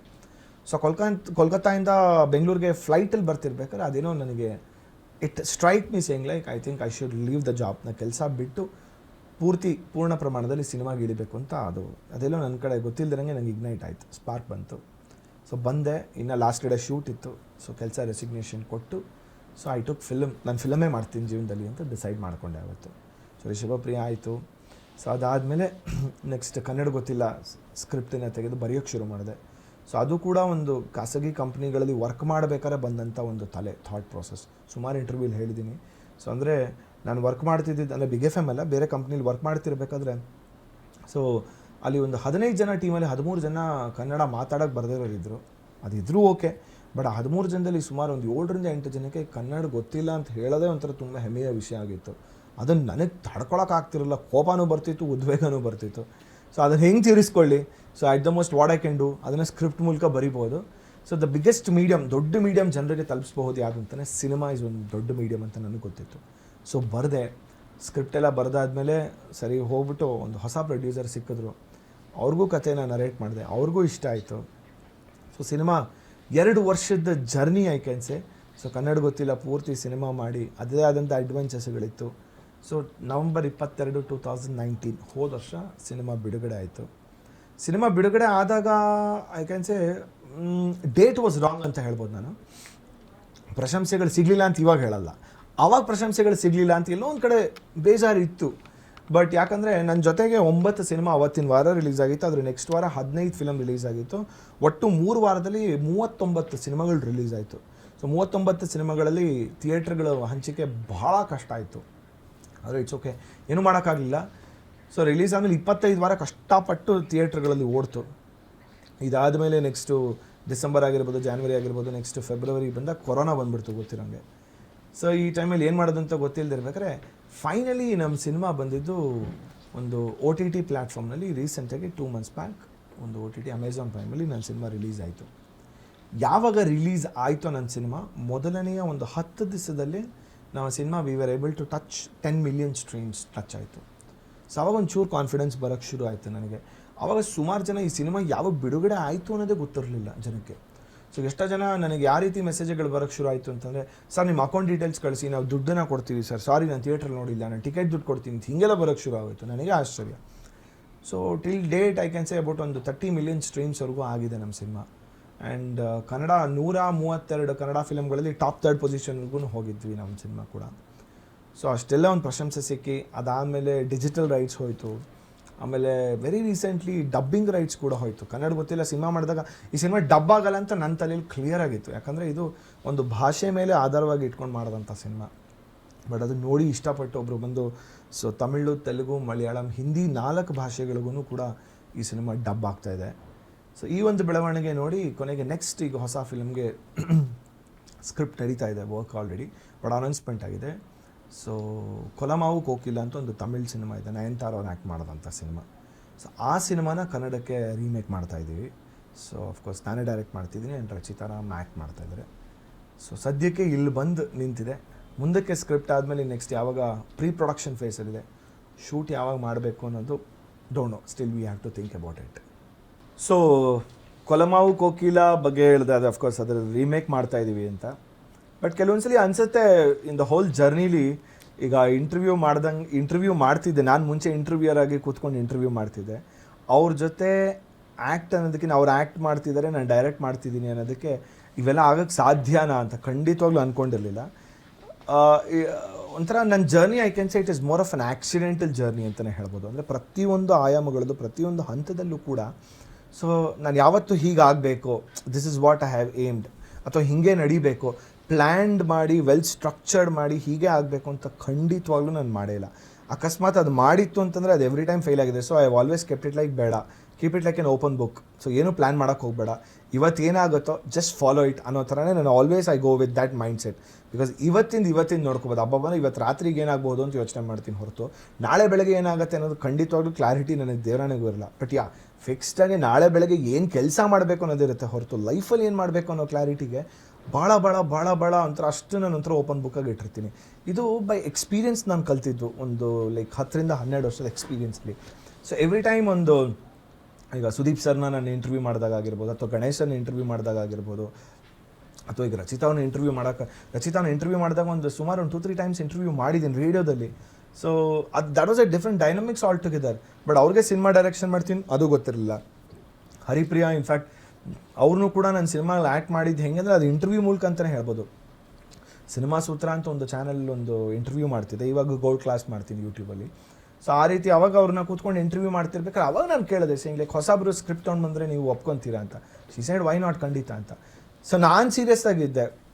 ಸೊ ಇಂಟರ್ವ್ಯೂ ಮುಗಿದಾದ್ಮೇಲೆ ನೆಕ್ಸ್ಟ್ ಡೇನ ಕಾಲ್ ಮಾಡಿದೆ, ನನ್ನೊಂದು ಸ್ಕ್ರಿಪ್ಟ್ ಇದೆ ಅಂತ. ಶಿ ಸೈಡ್ ಬನ್ನಿ, ಏನು ಮೀಟ್ ಮಾಡಿದ್ರು, ಸ್ಕ್ರಿಪ್ಟ್ ಓದಿದೆ, ಅವ್ರಿಗೆ ಇಷ್ಟ ಆಯಿತು, ಪ್ರೊಡ್ಯೂಸರ್ ಬಂದರು, ಸಿನಿಮಾನೇ ಆಗೋಯ್ತು. So I think it is all completely ಒಂಥರ ಆಕ್ಸಿಡೆಂಟಲ್ ಅಂತಲೇ ಹೇಳ್ಬೋದು. ಯಾವುದು ಕೂಡ ಒಂದು ಪ್ಲ್ಯಾನ್ ಮಾಡ್ಕೊಂಡು ಹೀಗೆ ಹೋಗಬೇಕು, ಹೀಗೆ ಮಾಡಬೇಕು, these are the preset defined rules ಅಂತ ಖಂಡಿತವಾಗ್ಲೂ ಹಾಕ್ಕೊಂಡಿರಲಿಲ್ಲ. ಸೊ ಹಾಗಾಗಿ ಒಂದು ಸಿನಿಮಾ ರಂಗದವ್ರನ್ನ ಇಂಟರ್ವ್ಯೂ ಮಾಡ್ತಾ ತಿಳ್ಕೊಳ್ತಾ ಆ್ಯಂಡ್ ಅವ್ರಿಗೆ ಇವತ್ತು ಡೈರೆಕ್ಟ್ ಮಾಡೋಂಥ ಅವಕಾಶ ಸಿಗ್ತಿದೆಯಲ್ಲ, that is something very very very beautiful ಅಂತಲೇ ಹೇಳಿದ್ರೆ ತಪ್ಪಾಗಲ್ಲ. ಕಮಿಂಗ್ ಬ್ಯಾಕ್, ಇನ್ನೊಂದಿಷ್ಟು ವಿಷಯಗಳು ನನಗನ್ಸಿದ್ದೇನು ಅಂತಂದರೆ, ಈ ಕೊರೋನಾ ಬಂದಮೇಲೆ ಲೈಕ್ ಈ ಕೊಲೆಮಾವು ಕೋಕಿಲ ಅನೌನ್ಸ್ ಆಗೋದಕ್ಕಿಂತ ಮುಂಚೆ ಫೆಬ್ರವರಿಯಿಂದ ಆಲ್ಮೋಸ್ಟ್ ಲೈಕ್ ಒಂದು ಜೂನ್ ಜುಲೈವರೆಗೂ ಕೂಡ ಕಳೆದ 5 ತಿಂಗಳು ಕೂಡ ಇಟ್ ವಾಸ್ ಆಬ್ಸಲ್ಯೂಟ್ಲಿ ಝೀರೋ ಅಂತಲೇ ಹೇಳ್ಬೋದು. ಝೀರೋ ಅಂತಂದರೆ ಲೈಫ್ ಏನಾಗುತ್ತೆ ಮುಂದೆ ಅನ್ನೋ ಒಂದು ಪ್ರಶ್ನೆ ಎಲ್ಲರಿಗೂ ಕೂಡ ಇತ್ತು. ಬಟ್ ನನಗೊಂದು ಬ್ಯೂಟಿಫುಲ್ ಜರ್ನಿ ಲಾಸ್ಟ್ 5-6 ಮಂತ್ಸಲ್ಲಿ ಆಯಿತು ಅಂತ ಹೇಳಿದ್ರೆ ತಗೋಗಲ್ಲ. ಸೊ ಈ ಫೆಬ್ರವರಿ ಟೈಮಲ್ಲಿ ಲಾಕ್ಡೌನ್ ಆಗಿತ್ತು, ಮಾರ್ಚ್ ಲಾಕ್ಡೌನ್ ಕಂಪ್ಲೀಟ್ಲಿ. ಏನು ಮಾಡೋದು, ಬೆಳಗ್ಗೆ ಎದ್ದಿದ ತಕ್ಷಣ ಓಕೆ ನಿಮ್ಮ ಡೈಲಿ ರೂಟೀನ್ ನೋಡ್ಕೊಳ್ಳಿ, ಅಬ್ಬಬ್ಬಾ ಅಂತಂದರೆ ಸಿನಿಮಾ ನೋಡಿ, ದಿವ್ಸಕ್ಕೊಂದು 3-4 ಸಿನಿಮಾ ನೋಡ್ತಿದ್ದೆ. ಆ್ಯಂಡ್ ಇನ್ಸ್ಟಾಗ್ರಾಮ್ ನೋಡಿ, ಫೇಸ್ಬುಕ್ ನೋಡಿ. ಹೀಗೆ ಒಂದು ದಿವಸ ನೋಡ್ತಾ ನನ್ನ ಫ್ರೆಂಡ್ದು ಒಂದು ಇನ್ಸ್ಟಾಗ್ರಾಮ್ ಪೋಸ್ಟ್ ನೋಡಿದೆ. ಸೇಮ್ ಲೈಕ್ ಅವರು ಒಂದು 3-4 ದಿವಸದಿಂದ ಯಾರ್ಯಾರಿಗೆ ಅವಶ್ಯಕತೆ ಇದೆಯೋ, ಅಂದರೆ ಯಾರ್ಯಾರಿಗೆ ಆರ್ಥಿಕ ಪರಿಸ್ಥಿತಿ ಕಷ್ಟ ಇದೆ ಆ್ಯಂಡ್ ಅವಶ್ಯಕತೆ ಇರೋರಿಗೆ ಊಟ ಕೊಡ್ತಾಯಿದ್ರು. ಸೊ ಅಂದರೆ ನೀಡಿ ಪೀಪಲ್ಗೆ ಫೀಡ್ ಮಾಡೋಂಥದ್ದನ್ನು ಅಂತ. ಸೊ ಆವಾಗ ನಾನು ಅವ್ರಿಗೊಂದು ಮೆಸೇಜ್ ಹಾಕಿದೆ. ಸೊ ಸೇಯಿಂಗ್ ಲೈಕ್ ನವೀನ್ ಅಂತ ಅವರು, so is A food blogger. So ಅವ್ರಿಗೂ ಮೆಸೇಜ್ ಹಾಕಿದೆ, ನಾನು ಬಂದು ಜಾಯ್ನ್ ಆಗಬಹುದಾ ನಿಮ್ದು ಇದಕ್ಕೆ ಅಂತ. ಖಂಡಿತ ಬನ್ನಿ ಅಂತಂದರು. ನಾನು ಆ್ಯಕ್ಚುಲಿ ಒಂದು ದಿವಸ ಹೋಗ್ಬಿಟ್ಟು ಸರ್ವ್ ಮಾಡ್ಬಿಟ್ಟು ಬರೋಣ ಅಂತ ಪ್ಲ್ಯಾನ್ ಮಾಡ್ಕೊಂಡಿದ್ದೆ ಆ್ಯಕ್ಚುಲಿ. ಸೊ ಒಂದು ದಿವಸ ಹೋದೆ. ಸೊ ಫುಡ್ ಪ್ಯಾಕೆಟ್ಸ್ಗಳನ್ನ ಪ್ಯಾಕ್ ಮಾಡಿದ್ವಿ. ಸೊ ಮಾಡಾದ್ಮೇಲೆ ಅದೇನೋ ಒಂಥರ ನನಗೆ ಗೊತ್ತಿಲ್ಲದಿರೋಂಗೆ ಒಂಥರ ಕೈಂಡ್ ಆಫ್ ವೆರಿ ಗುಡ್ ಒಳ್ಳೆ ಕಿಕ್ ಸಿಕ್ತು ನನಗೆ ಆ್ಯಂಡ್ ಖುಷಿ ಸಿಕ್ತು ನನಗೆ. ಸೊ ಸೇಯಿಂಗ್ ಲೈಕ್ ಹೋದ್ವಿ. ಅಲ್ಲಿ ಸುಮಾರು ಹೋದ್ಮೇಲೆ ಒಂದು 200-300 ಜನ ಪಾಪ ತುಂಬ ಕಡು ಬಡತನ. ಅಂದರೆ ಹೇಗೆ ಅಂದರೆ ಕೆಲವ್ರಿಗಂತೂ ಒಂದು ಹೊತ್ತು ಊಟ ಇಲ್ಲ ಅಂತಲ್ಲ, ಕೆಲವರು 2 ದಿವಸ ಊಟ ಮಾಡಿರಲಿಲ್ಲ, ಕೆಲವರು 1 ದಿವಸ ಊಟ ಮಾಡಿರಲಿಲ್ಲ. ಇನಿಷಿಯಲ್ ಡೇಸ್ ಶುರು ಮಾಡಿದಾಗ ಹಾಗೆ ಇತ್ತು ಪರಿಸ್ಥಿತಿ. ಸೊ ಅಂಥವ್ರು ಇವ್ರು ಐಡೆಂಟಿಫೈ ಮಾಡಿ, ಅಂಥ ಏರಿಯಾಗಳು ಐಡೆಂಟಿಫೈ ಮಾಡಿ ಊಟ ಕೊಡ್ತಾಯಿದ್ರು ಇವ್ರಿಗೆ. ಸೊ ಹೋದ್ವಿ, ನಮ್ಮ ಕೈಯಾರನೇ ಬಿಸಿ ಊಟ ಮಧ್ಯಾಹ್ನ 12 ಗಂಟೆಗೆ ಬಡಿಸ್ಬಿಟ್ಟು ಬಂದಾದಮೇಲೆ ನಾನು ಓಕೆ ಇನ್ನೇನು ಬಾಯ್ ಅನ್ಬೇಕಾದ್ರೆ ಸರಿ ನಾಳೆ ಸಿಗ್ತೀರಾ ಅಂತಂದರು. ನಾನು ಓಕೆ ಡನ್ ಸಿಗ್ತೀನಿ ಅಂತಂದ್ಬಿಟ್ಟೆ. ಎಲ್ಲೋ ಒಂದು ಕಡೆ ಮನೇಲಿ ನನ್ನನ್ನು ಹೊರಗಡೆ ಕಳಿಸೋದಕ್ಕೆ ಭಯ ಆಯಿತು. ಯಾಕಂದರೆ ಆ ಟೈಮಲ್ಲಿ ಕೊರೋನಾ ಆಗಿರ್ಬೋದು, ನಿಮಗೆ ಗೊತ್ತಿತ್ತು ಅಂತ ಒಂದು ಲಾಕ್ಡೌನ್ ಟೈಮಲ್ಲಿ ಮನೆಯಿಂದ ಹೊರಗಡೆ ಹೋಗ್ತಾರೆ ಅಂತಂದರೆ ಯಾರಾದರೂ ತುಂಬ ಕಷ್ಟ. ಆದರೂ ಸರಿ ಅಂತಂದ್ಬಿಟ್ಟು ನಾನು ಹೋಗ್ತೀನಿ ಅಂದ್ಬಿಟ್ಟು 1 ದಿವಸ ಆಯಿತು, 2 ದಿವಸ ಆಯಿತು, 3 ದಿವಸ ಆಯಿತು. ಕ್ರಮೇಣ that became the whole people became like my family. ಒಂಥರ ಕುಟುಂಬ ಥರನೇ ಆಗ್ಬಿಟ್ವಿ. ಸುಮಾರು ಆ ಒಂದು ಮಾರ್ಚ್ 22ರಿಂದ ಶುರು ಮಾಡಿದಂಥ ಒಂದು ಜರ್ನಿ ಐ ಕ್ಯಾನ್ ಸೇ ಇಲ್ಲಿವರೆಗೂ ಟಿಲ್ ಡೇಟ್ ಸುಮಾರು 1 ಲಕ್ಷಕ್ಕಿಂತ ಹೆಚ್ಚು ಜನಕ್ಕೆ ಬಿಸಿ ಊಟನ ಕೊಡ್ತಾನೆ ಬಂದಿದ್ದೀವಿ. ಅದು ನಮ್ಮ ತಂಡದವರು ಸುಮಾರು ಒಂದು 18-19 ಜನ ದೊಡ್ಡ ತಂಡ ಇದ್ದೀವಿ. ಸೊ ಎಲ್ಲರೂ ಕೂಡ ಅವರೇ ಆದಂಥ ಡಿಫ್ರೆಂಟ್ ಒಂದು ಕಾರ್ಯಗಳಲ್ಲಿ ಬ್ಯುಸಿ ಇರೋಂಥವ್ರು. ಸಾಫ್ಟ್ವೇರ್ ಇಂಜಿನಿಯರ್ಸ್ ಆಗಿರ್ಬೋದು, ಫುಡ್ ಬ್ಲಾಗರ್ಸ್ ಆಗಿರ್ಬೋದು, ಬಿಸ್ನೆಸ್ ಮ್ಯಾನ್ ಎಲ್ಲರೂ ಕೂಡ ಇದ್ದಾರೆ. ಯಾರೂ ಕೂಡ ಇದಕ್ಕೆ ಆದಂತಲ್ಲ, they have their different own business to handle. So ಅದ್ರ ಜೊತೆಗೆ ಅವರ ಕೆಲಸಗಳನ್ನ ಬಿಟ್ಟು ಇಲ್ಲಿ ಬಂದು as a team will join together ಅಂತ ಹೇಳಿ ಒಂದು ಲಾಸ್ಟ್ 4-5 ಮಂತ್ಸಿಂದ ಈ ಒಂದು ಪ್ಯಾಂಡಮಿಕ್ ಟೈಮಲ್ಲಿ 1 ಲಕ್ಷಕ್ಕಿಂತ ಹೆಚ್ಚು ಜನಕ್ಕೆ ಊಟನ ಕೊಡ್ತಾನೆ ಬಂದಿದ್ದೀವಿ. ಇದೆಷ್ಟು ಮಟ್ಟಿಗೆ ಬೆಳೀತು ಅಂತಂದರೆ ಇವತ್ತು ಆಗಸ್ಟ್ 15, ನಾಳೆ ಕೂಡ ಆಗಸ್ಟ್ 16 ಒಂದು ವರ್ಚುವಲ್ ಕಾನ್ಸರ್ಟ್ ಮಾಡ್ತಿದ್ವಿ. ಈ ವರ್ಚುವಲ್ ಕಾನ್ಸರ್ಟ್ ಏನು ಅಂತಂದರೆ, ಈ ಒಂದು ಟೈಮಲ್ಲಿ, ಪ್ಯಾಂಡಮಿಕ್ ಟೈಮಲ್ಲಿ ಸಾಕಷ್ಟು ಜನ ಸಂಗೀತಗಾರರಿಗೆ, ಮ್ಯೂಸಿಷಿಯನ್ಸ್ಗಳಿಗೆ ಶೋ ಇಲ್ಲ, ಅವ್ರಿಗೆ ಯಾವುದು ಕಾರ್ಯಕ್ರಮಗಳು ಸಿಗ್ತಾ ಇಲ್ಲ, ಅಥವಾ ಒಬ್ಬೊಬ್ಬನ ಒಂದು ಫೇಸ್ಬುಕ್ ಲೈವ್ ಆಗಿರ್ಬೋದು, ಇದಕ್ಕೆ ಕರಿಬಹುದು, ಎಷ್ಟು ಕೊಡ್ತಾರೆ, ಯಾರು ದುಡ್ಡು ಕೊಡೋದಕ್ಕೆ ದುಡ್ಡೇ ಇಲ್ಲ. ಸೊ ಇಂಥ ಟೈಮಲ್ಲಿ ನಾವೇನು ಮಾಡಿದ್ವಿ, so a show dedicated to the musicians, for the musicians and by the musicians ಅಂತ ಒಂದು ವರ್ಚುವಲ್ ಕಾನ್ಸರ್ಟನ್ನು ಪ್ಲ್ಯಾನ್ ಮಾಡಿದ್ವಿ. ಜಸ್ಟ್ ಹರಿ ಅಂತ ಅಂದ್ಬಿಟ್ಟು ಒಂದು ಕಾನ್ಸರ್ಟ್. ಹರಿ ಅಂತಂದರೆ Hamsalekha sir, A R Rahman sir, R D Burman sir, Ilaiyaraaja sir. So ಇವರು 4 ಕಂಪೋಸರ್ಸ್ನ ಹಿಟ್ ಸಾಂಗ್ಸ್ಗಳನ್ನ ಸೇರಿಸಿ ಹರಿ ಅಂತ ಹೆಸರಿಟ್ಟು, ಸೊ ಒಂದು 12 ಜನ ಮ್ಯೂಸಿಷಿಯನ್ಸ್ ಪರ್ಫಾರ್ಮ್ ಮಾಡ್ತಾರೆ. ವರ್ಚುವಲ್ ಕಾನ್ಸರ್ಟ್ ಅಂದರೆ ಈ ಡೊನೇಷನ್ ಅಥವಾ ಫಂಡ್ಸ್ ಏನೇನು ತೊಗೊಳ್ತಾ ಇದ್ವಿ, ಇದು ಬರೋವಂಥದ್ದೆಲ್ಲ ಒಂದು ಮ್ಯೂಸಿಷಿಯನ್ಸ್ ವೆಲ್ಫೇರ್, ಅವ್ರ ಕುಟುಂಬಕ್ಕೆ ಒಂದು 100 ಜನ ಮ್ಯೂಸಿಷಿಯನ್ಸ್ಗೆ ಗ್ರೋಸರಿ ಕಿಟ್ ಕೊಡೋದ್ರ ಮೂಲಕ ಈ ಒಂದು 12 ಜನ ಮ್ಯೂಸಿಷಿಯನ್ಸ್ ಅವ್ರಿಗೂ ಕೂಡ ಒಂದು ರೆಮ್ಯುನರೇಷನ್ ಕೊಟ್ಟು ನಾವೊಂದು ಶೋ ಮಾಡೋಣ ಅಂತ ಒಂದು ಐಡಿಯಾ ತೊಗೊಂಡ್ಬಂದ್ವಿ. So this is been actively involve. ಈ ಥರ ಪ್ರತಿಯೊಂದು ಹಂತದಲ್ಲೂ ಕೂಡ, ಇದಕ್ಕಿಂತ ಮುಂಚೆ ಅಸಿಸ್ಟೆಂಟ್ ಡೈರೆಕ್ಟರ್ಸ್ಗಳು, ಸಿನಿಮಾ ರಂಗದ ಅಸಿಸ್ಟೆಂಟ್ ಡೈರೆಕ್ಟರ್ಸ್ಗಳಿಗೆ ಸುಮಾರು 100 ಜನಕ್ಕೆ ಗ್ರೋಸರಿ ಕಿಟ್ ಕೊಡೋಣ ಅಂತ ಶ್ರದ್ಧಾ ಶ್ರೀನಾಥ್ಗೆ, ಶ್ರದ್ಧಾ ಶ್ರೀನಾಥ್ ಆ್ಯಕ್ಟರ್ಸ್ ಬಂದು ಅವರು ಕೂಡ ಬಂದು ಅವ್ರ ಫಂಡ್ಸ್ ಕೊಟ್ಟು ಅವರು ನಮ್ಮ ಜೊತೆ ನಿಂತ್ಕೊಂಡ್ರು. ಹೀಗೆ ಲಾಸ್ಟ್ 5-6 ತಿಂಗಳಲ್ಲಿ ಸುಮಾರು ಜನ ಸಿನಿಮಾ ರಂಗದವ್ರಿಗೂ ಕೂಡ ಬಂದರು. ಅವರು ಆ್ಯಕ್ಟಿವ್ಲಿ ಇನ್ವಾಲ್ವ್ ಆಗಿ ಅವರು ಬಂದು ಒಂದೊಂದು ಹಂತದಲ್ಲೂ ಕೂಡ ಅವ್ರ ಕೈಲಾದಷ್ಟು ಸಹಾಯ ಮಾಡಿದ್ರು, ದುಡ್ಡು ಕೊಟ್ಟರು. ಕೆಲವರು ದುಡ್ಡು ಕೊಟ್ಟರು, ಕೆಲವ್ರ ಹೆಸರೂ ಕೂಡ, ನಾನು ಆ್ಯಕ್ಚುಲಿ ಕೆಲವ್ರ ಹೆಸರೂ ಹೇಳೋಕ್ಕಾಗೋದಿಲ್ಲ, ಯಾಕಂದರೆ ಸುಮಾರು ಜನ ನನ್ನ ಹೆಸರೂ ಹೇಳಬೇಡಿ ಅಂತ ಹೇಳಿದ್ರು. ಆ ಥರ ಕೂಡ ಒಳ್ಳೆ ಮನೋಭಾವ ಇರೋಂಥವ್ರು ಸುಮಾರು ಜನ ಬಂದುಬಿಟ್ಟು ಮಾಡ್ತಾನೆ ಬಂದಿದ್ದಾರೆ. ಪ್ರತಿಯೊಂದು ಹಂತದಲ್ಲೂ ಹೇಳ್ತೀನಿ, ಈ ಒಂದು ನೆಗೆಟಿವ್ ಅಂತ ಹೇಳೋಕ್ಕಾಗಲ್ಲ ನಾನು, ಈ ಒಂದು ವಾತಾವರಣದಲ್ಲಿ, ನಮ್ಮದೇ ಆದಂಥ ಕಷ್ಟದ ವಾತಾವರಣದಲ್ಲೂ ಕೂಡ ನಾವು ಹೇಗೆ ಇದನ್ನು ಹೊರಗಡೆ ಬಂದು ನಾವು ಹೇಗೆ ಪಾಸಿಟಿವಿಟಿನ ಕನ್ವರ್ಟ್ ಮಾಡ್ತೀವಿ ಅನ್ನೋದಕ್ಕೆ ಪ್ರತ್ಯಕ್ಷ ಸಾಕ್ಷಿಯಾಗಿ ನನ್ನ ಜೊತೆ ಕೆಲಸ ಮಾಡ್ತಿದ್ದವ್ರು ಇದ್ರಲ್ಲ, ಅವರು ನೋಡಿದ್ರೆ ಕಲಿಬಹುದು ಅಂತ ಹೇಳ್ಬೋದು. ಯಾಕಂದರೆ ಯಾವುದೇ ಒಂದು ಸಿಚುಯೇಷನ್ ನಮ್ಮೊಬ್ಬರಿಗೆ ಆಗಿತ್ತು ಅಂದರೆ ಕಷ್ಟ ಇರುತ್ತೆ ಸಿಚುಯೇಷನ್, ಬಟ್ ಇದು ಇಡೀ ದೇಶಕ್ಕೆ, ಇಡೀ ಯೂನಿವರ್ಸ್ಗೆ ಆಗಿರಬೇಕಾದ್ರೆ, so we are just one among them. But what positive we can do, how positively we can convert the situation ಇರುತ್ತಲ್ಲ, ಅದು ನಮ್ಮ ಕೈಲಿರುತ್ತೆ. ಅದೇ ರೀತಿ ಈಗ ಮಾಡಿಕೊಂಡು today I can say happily, ಆ ಒಂದು ಮ್ಯಾನಿಫೆಸ್ಟೇಷನ್ ಅಂತ ಏನು ಹೇಳ್ತಾರೆ, ನಾವೊಂದು ಅಫರ್ಮೇಷನ್ ಏನು ಮಾಡ್ತೀವಿ, ಸೊ ಯಾವ ರೀತಿ ನಾವು ಲಾ ಆಫ್ ಅಟ್ರಾಕ್ಷನ್ ಅಂತ ಏನು ಹೇಳ್ತಾರೆ, ನಾವು ಯಾವ ರೀತಿ ಹೆಂಗೆ ಕೊಡ್ತೀವೋ ಜನ ಅದೇ ರೀತಿ ನಮಗೂ ಹಾಗೆ ಕೊಡ್ತಾರೆ. ಸೊ ದೇವ್ರು ನೋಡ್ತೀವೋ ಹಾಗೆ ಕೊಡ್ತಾನೆ ಅನ್ನೋದಕ್ಕೆ ದಿಸ್ ಇಸ್ ಒಂದು ಕ್ಲಾಸಿಕ್ ಎಕ್ಸಾಂಪಲ್ ಅಂತ ನಾನು ಹೇಳ್ಬೋದು. ಇವತ್ತು ಯಾವ ಒಂದು ಪೊಸಿಷನಲ್ಲಿ, ಮುಂಚೆ ಏನೋ ಒಂದು ಯಾರಿಗೋ ಒಂದು ಬಿಸ್ಕೆಟ್ ಕೊಟ್ಟರೆ ಖುಷಿ ಸಿಗ್ತಾಯಿತ್ತು ನಮ್ಮೊಳಗೆ. ಇವತ್ತು 1 ಲಕ್ಷ ಜನಕ್ಕೆ ನೀನು ಊಟ ಕೊಟ್ಟಾಗ ಅವರು ನಿನಗೆ ಕೈ ಮುಗಿದಾಗ ಇರುತ್ತಲ್ಲ, ಆ ಒಂದು ಖುಷಿ ಸಿಗೋವಂಥದ್ದು, 1 ಕೋಟಿ ರೂಪಾಯಿ ಸಿಕ್ಕಿದ್ರು ಕೊಟ್ಟರು ನಿಮ್ಗೆ ಆ ಖುಷಿ ಸಿಗೋದಿಲ್ಲ. ಇವತ್ತು ಮೋರ್ ಆ್ಯಂಡ್ ಮೋರ್ ಕೊಡಬೇಕು ಅಂತ ಆಸೆ ಆಗ್ತದೆ. ಈ ಫೀಡ್ ದ ನೀಡಿ ಏನು ಶುರು ಮಾಡಿದ್ದೀವಿ ಇವತ್ತು, ವಿ ವಾಂಟ್ ಟು ಡೂ, ಅದೊಂದು ಚಿಕ್ಕದಾಗಿ ಸಸಿಯಾಗಿ ಶುರು ಆಗಿದೆ, ಒಂದು ಹೆಮ್ಮರವಾಗಿ ಬೆಳಿಬೇಕು, ಅದನ್ನು ಆ ರೀತಿ ಬೆಳೆಸಬೇಕು ಅನ್ನೋದು ಹಲವಾರು ಯೋಜನೆಗಳನ್ನ ಮಾಡ್ತಾ ಬಂದಿದ್ದೀವಿ. ಸೊ ನೀವು ಕೂಡ ಸಪೋರ್ಟ್ ಮಾಡಬೇಕು ಅಂದರೆ ನನ್ನ ಜೊತೆ ಬನ್ನಿ, ಫೇಸ್ಬುಕ್ಕು, ಇನ್ಸ್ಟಾಗ್ರಾಮ್ ಇದೆ, ಖಂಡಿತವಾಗ್ಲೂ you can definitely look at it and support me. ಇನ್ನು ಇದು ಒಂದು ಅಂಗ ಫೀಡ್ ದ ನೀಡಿ ಬಗ್ಗೆ ನಾನು ಮಾತಾಡಿದಾಗಿರ್ಬೋದು. ಇನ್ನು ಆ್ಯಕ್ಚುಲಿ ಆಗಲೇ ಇವ್ರು ಬಂದಾಗ ಹೇಳ್ತಾಯಿದ್ರು ಸಿಂಗಿಂಗ್ ಕೆರಿಯರ್ ಅಂತ ಹೇಳ್ತಾಯಿದ್ರು. ನನ್ನ ಸಿಂಗಿಂಗ್ ಕೆರಿಯರ್ ಆಫ್ಕೋರ್ಸ್ ನಾನು ಹಾಡ್ತಾ ಇದ್ದೆ, ಮುಂಚೆ ತುಂಬ ಹಾಡ್ತಿದ್ದೆ. ಕ್ರಮೇಣ ಹಾಡೋದನ್ನು ಯಾಕೆ ಕಮ್ಮಿ ಮಾಡಿಕೊಂಡೆ ಅಂತಂದರೆ, ಒಂದು ರೇಡಿಯೋ ಜಾಕಿಗೆ ನಾನು ಪ್ರೊಫೆಷನ್ಗೆ ಹೋದಾಗ ನನಗೆ ಗೊತ್ತಿಲ್ಲದಿರಂಗೆ ಎಲ್ಲೋ ಒಂದು ಕಡೆ ವಾಯ್ಸ್ಗೆ ಒಂದು ಸ್ವಲ್ಪ ಜಾಸ್ತಿ ಎಫರ್ಟ್ ಬೀಳೋಕ್ಕೆ ಶುರು ಆಯಿತು. ಸೊ ಡೆಫಿನೆಟ್ಲಿ ಏನಾಗುತ್ತೆ, ನಮ್ಮ ವಾಯ್ಸನ್ನು ನಾವು ಯಾವ ರೀತಿ ಮೋಲ್ಡ್ ಮಾಡ್ಕೊತೀವಿ, ಇದಕ್ಕೆ ತಾನೇ this is the most important thing ಅಂತ ಹೇಳೋದು ತಪ್ಪಾಗಲ್ಲ. ಸೊ ಅದನ್ನು ಜಾಸ್ತಿ ಒತ್ತಡ ಯಾವಾಗ ಬೀಳೋಕ್ಕೆ ಶುರು ಆಯಿತು, ನಾನು ಸಿಂಗಿಂಗ್ ಪ್ರೊಫೆಷನನ್ನು ನಾನು ಪಕ್ಕಕ್ಕಿಟ್ಟು ಟಾಕಿಂಗ್ ಪ್ರೊಫೆಷನ್ ಫುಲ್ ಟೈಮ್ ಆಗಿ ತೊಗೊಂಡು ಅಫ್ಕೋರ್ಸ್ ಸೊ ಹಾಡೋದನ್ನು ಕಮ್ಮಿ ಮಾಡ್ತಾ ಬಂದೆ. ಬಟ್ ಇವು ಹಾಡಬೇಕು ಅಂತ ನಂಗೊಂದು ಪ್ರೀ ರಿಕ್ವೆಸ್ಟೆಡ್ ಕಂಡೀಷನ್ ಹಾಕಿದ್ರು. ಬಟ್ ನಾನು ಹಾಡೋದಕ್ಕೆ ನಾನು ಬೆಸ್ಟ್ ಏನು ಮಾಡ್ತೀನಿ, ನಾನು ಈಗ ಆಫ್ ಲೇಟಾಗಿ ನಾನೊಂದು ರೀಸೆಂಟಾಗಿ ಒಂದು ಒಲವು ಜಾಸ್ತಿ ಇರೋಂಥದ್ದು ಒಂದು ಹೊಸ ಆರ್ಟ್ ಮೇಲಿದೆ, ಅದು ಕೊನ್ನೋಕೋಲ್ ಅಂತ. ಸೊ ಕೊನ್ನೋಕೋಲ್ ಅಂತಂದರೆ, ಸೊ ಕರ್ನಾಟಕ ಶಾಸ್ತ್ರೀಯ ಸಂಗೀತದಲ್ಲಿ ಸೊ ಮೃದಂಗ ನುಡಿಸ್ತಾರಲ್ಲ, ತಬಲ, ಅದು ಹಿಂದೂಸ್ತಾನಿ ಶಾಸ್ತ್ರೀಯ ಸಂಗೀತ ಆಗುತ್ತೆ. ಸೊ ಮೃದಂಗ ನುಡಿಸೋದು ಕರ್ನಾಟಕ ಶಾಸ್ತ್ರೀಯ ಸಂಗೀತ. ಈ ಮೃದಂಗದ ಪಾಠಗಳನ್ನು ಹೇಳ್ಕೊಡುವಂಥ ಒಂದು ಆಯಾಮಕ್ಕೆ ಅದನ್ನು ಕೊನ್ನೋಕೋಲ್ ಅಂತ ಹೇಳ್ತಾರೆ. ಸೊ ಗೊತ್ತಿರುತ್ತೆ, ನೋಡಿರ್ತೀರ, ಈಗ ಒಂದು ಆರಾಧಿಸುವೆ ಮದನಾರಿ ಸಾಂಗ್ ತೊಗೊಂಡಿರ್ಬೋದು, ಅಣ್ಣವ್ರು ಹಾಡಿರೋಂಥದ್ದು ಆರಾಧಿಸುವೆ ಮದನಾರಿ. ಆ ಹಾಡಲ್ಲಿ ಅಣ್ಣವ್ರು ಲಾಸ್ಟ್ ತತ್ತ ದೀಮ್ ತಕಿಟ ತಕಟ ದೀಮ್ ತಕಿಟ ತತ್ತ ದೀಮ್ ತಕಿಟ ತಕದಿಮಿತ, ಈ ಒಂದು ಆಗಿರ್ಬೋದು, ಅಥವಾ ಒಂದು ರಾರ ಸರಸ ಕುರಾರ, ಅದರಲ್ಲೂ ಕೂಡ ಇರುವಂಥದ್ದು. ಈ ಮಧ್ಯದಲ್ಲಿ ಬರುವಂಥ ಜತಿಗಳಾಗಿರಬಹುದು, ಆ ಸ್ವರಗಳನ್ನ, ಅಂದರೆ ಮೃದಂಗದ ಸ್ವರಗಳನ್ನ ಹೇಳೋದಕ್ಕೆ ಅದಕ್ಕೆ ಕೊನ್ನೋಕೋಲ್ ಅಂತಾರೆ. ಈಗ ಒಂದು 4 ಆವರ್ತದ ಕೊನ್ನೋಕೋಲ್ನ ಹೇಳ್ತೀನಿ ನಾನು. ಆ್ಯಕ್ಚುಲಿ ಇದು I am more comfortable.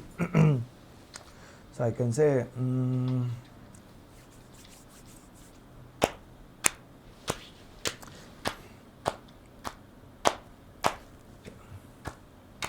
dhim dhim dhim tatakadina dhim dhim dhim taragedadina dhim dhim dhim tatakadina dhim dhim dhim taragedadina dhim dhim dhim ತತಕ ದಿನ ಧೀಮ್ ಧೀಮ್ ಧೀಮ್ ತರಗಡದಗ ದಿನ ಧಿಮ್ ತಕ ಕತಕ ಧಿಮ್ ತಕ ಕತಕ ಧಿಮ್ ತಕ ಕತಕ ತರಗಡದಗ ದಿನ ಧಿಮ್ ತಕ ಕತಕ ಧಿಮ್ ತಕ ಕತಕ ಧಿಮ್ ತಕ ಕತಕ ತರಗಡದಗ ದಿನ ಧಿಮ್ ತಾ ಕಿಡದಗ ದೆ ತಾ ಕದಿನ ದೆ ತಾ ಕದಿನ ತಾ ತಾ ದೆ ತಾ ಕದಿನ ದೆ ತಾ ಕದಿನ ದೆ ತಾ ಕತ ತಾ ತಾ ದೆ ತಂಕಿಡದಗ ತರಗಡದಗ ತತ್ತಿ ತಂಕಿಡದಗ ತರಗಡದಗ ದೆ ತಂಕಿಡದಗ ತರಗಡದಗ ತಳಂಕು ತೊಂತ ತಿಮ್ ದೆ ತಂಕಿಡದಗ ತರಗಡದಗ ತತ್ತಿ ತಂಕಿಡದಗ ತರಗಡದಗ ದೆ ತಂಕಿಡದಗ ತರಗಡದಗ ತಳಂಕು ತೊಂತ ತಿಮ್ ದೆ ತಂಕಿಡದಗ ತರಗಡದಗ ತತ್ತಿ ತಂಕಿಡದಗ ತರಗಡದಗ ದೆ ತಂಕಿಡದಗ ತರಗಡದಗ ತರಗಡದಿಮ್ ದೆ ತಂಕಿಡದಗ ತರಗಡದಗ ತರಗಡದಿಮ್ ದೆ ತಂಕಿಡದಗ ತರಗಡದಗ ತರಗಡದಿಮ್ ತರಗಡ ತಾ ಜುಮ್ ತಕ ಜುಮ್ ತಕಿಟ ಜುಮ್ ತದಿ ಗಿಣ್ಣ ತದಿ ಗಿಣ್ಣ ತೊಂತ ಜುಮ್ ತಕ ಜುಮ್ ತಕಿಟ ಜುಮ್ ತಕಿಡ ಗಿಣ್ಣ ತದಿ ಗಿಣ್ಣ ತ ಜುಮ್ ತಕ ಜುಮ್ ತಕಿಟ ಜುಮ್ ತದಿ ಗಿಣ್ಣ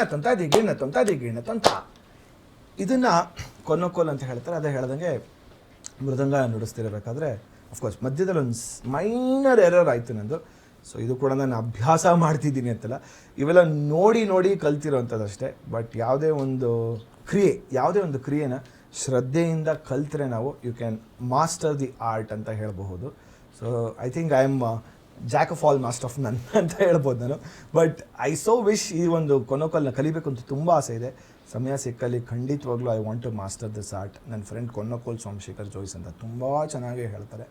ಸೊ ಕೇಳ್ತಾನೆ ಇರ್ತೀನಿ, ಯಾವಾಗ ಟೈಮ್ಗಳಿಗೆ ಬರುತ್ತೋ ನೋಡೋಣ. ಸಾಕಷ್ಟು ಬಾರಿ ಎಷ್ಟೊಂದು ಜನ ಪ್ರಶ್ನೆಗಳು ನನಗೆ ಕೇಳ್ತಾರೆ, ಇನ್ಫ್ಯಾಕ್ಟ್ ಫೇಸ್ಬುಕ್ ಆಗಿರ್ಬೋದು, ಯೂಟ್ಯೂಬಲ್ಲಿ ಆಗಿರ್ಬೋದು. ಸೊ ನಿಮ್ಮ ಸಿನಿಮಾ OTT ರಿಲೀಸ್ ಮಾಡಿದ್ಮೇಲೆ ಹೇಗೆ ಚೆನ್ನಾಗಿ ಪ್ರತಿಕ್ರಿಯೆಗಳು ಬರೋಕ್ಕೆ ಶುರು ಆಯಿತು ಅಂತ.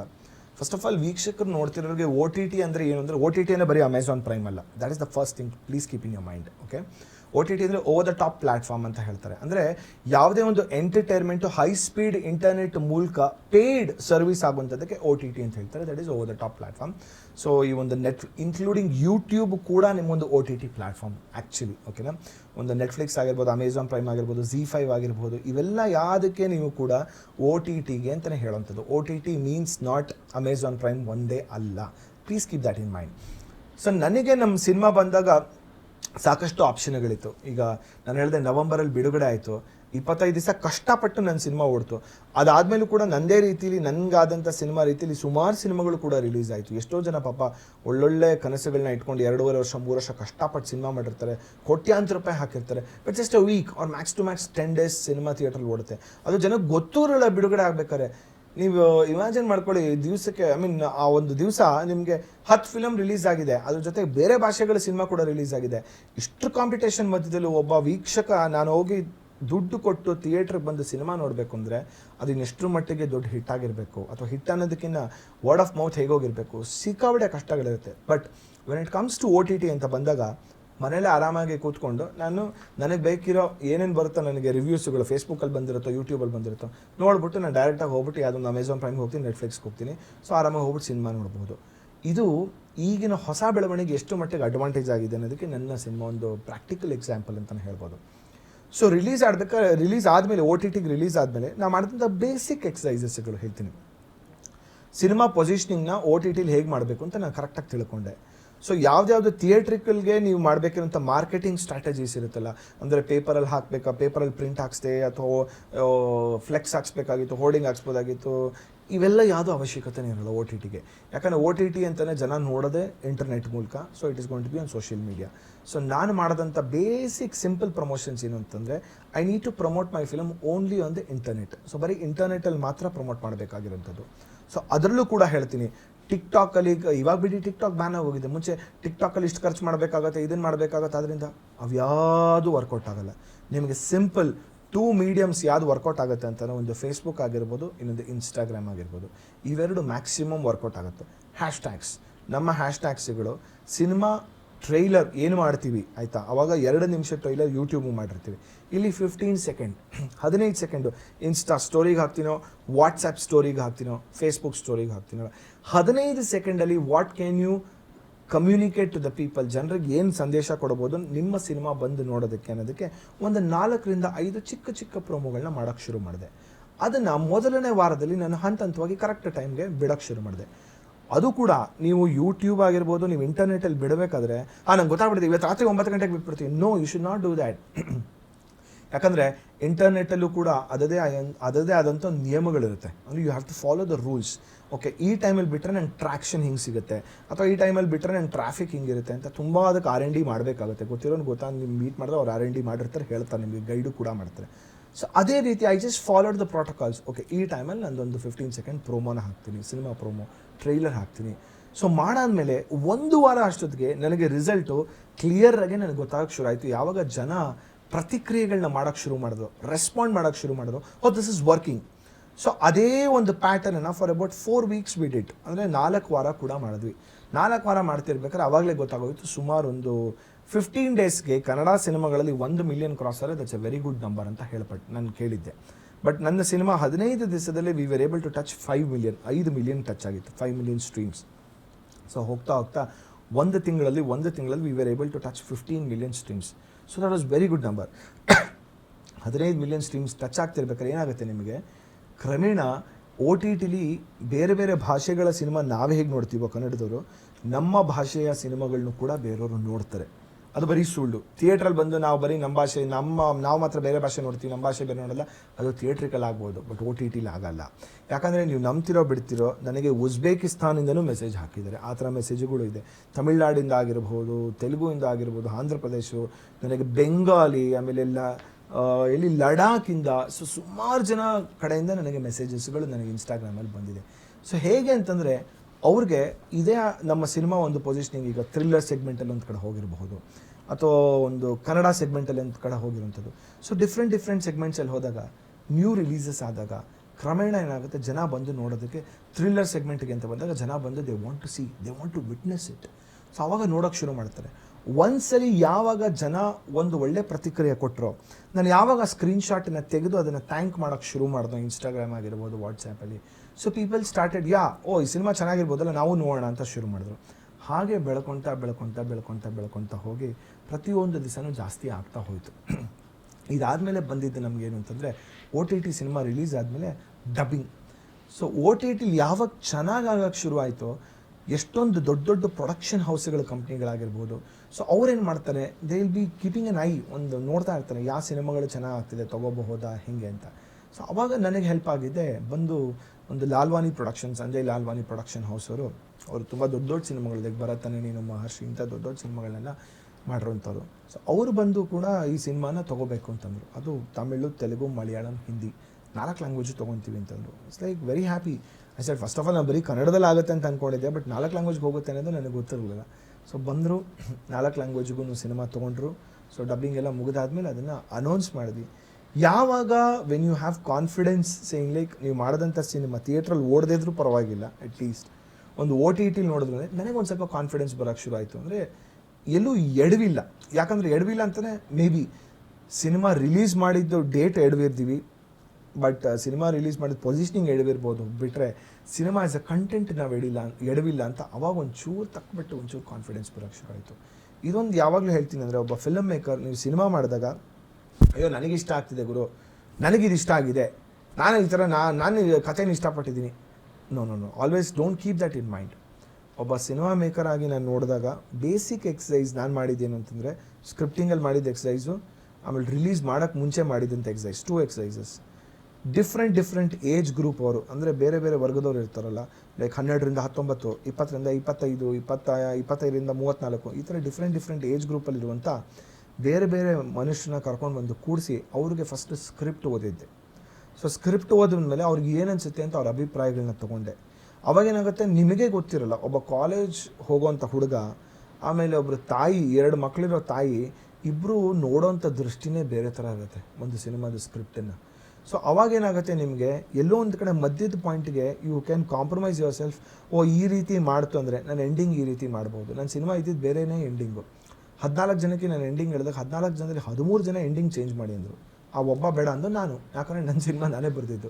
ಸೊ ಯಾವಾಗ 13 ಜನ ಬೇಡ ಅಂತಂದರು, ನಾನು ಹೇಳಿದೆ definitely I need to change, I need to go with them. So ಅದೇ 13 ಜನದ ಒಪಿನಿಯನ್ ತೊಗೊಂಡು ಸಿನಿಮಾ ಎಂಡಿಂಗನ್ನು ಚೇಂಜ್ ಮಾಡಿದೆ.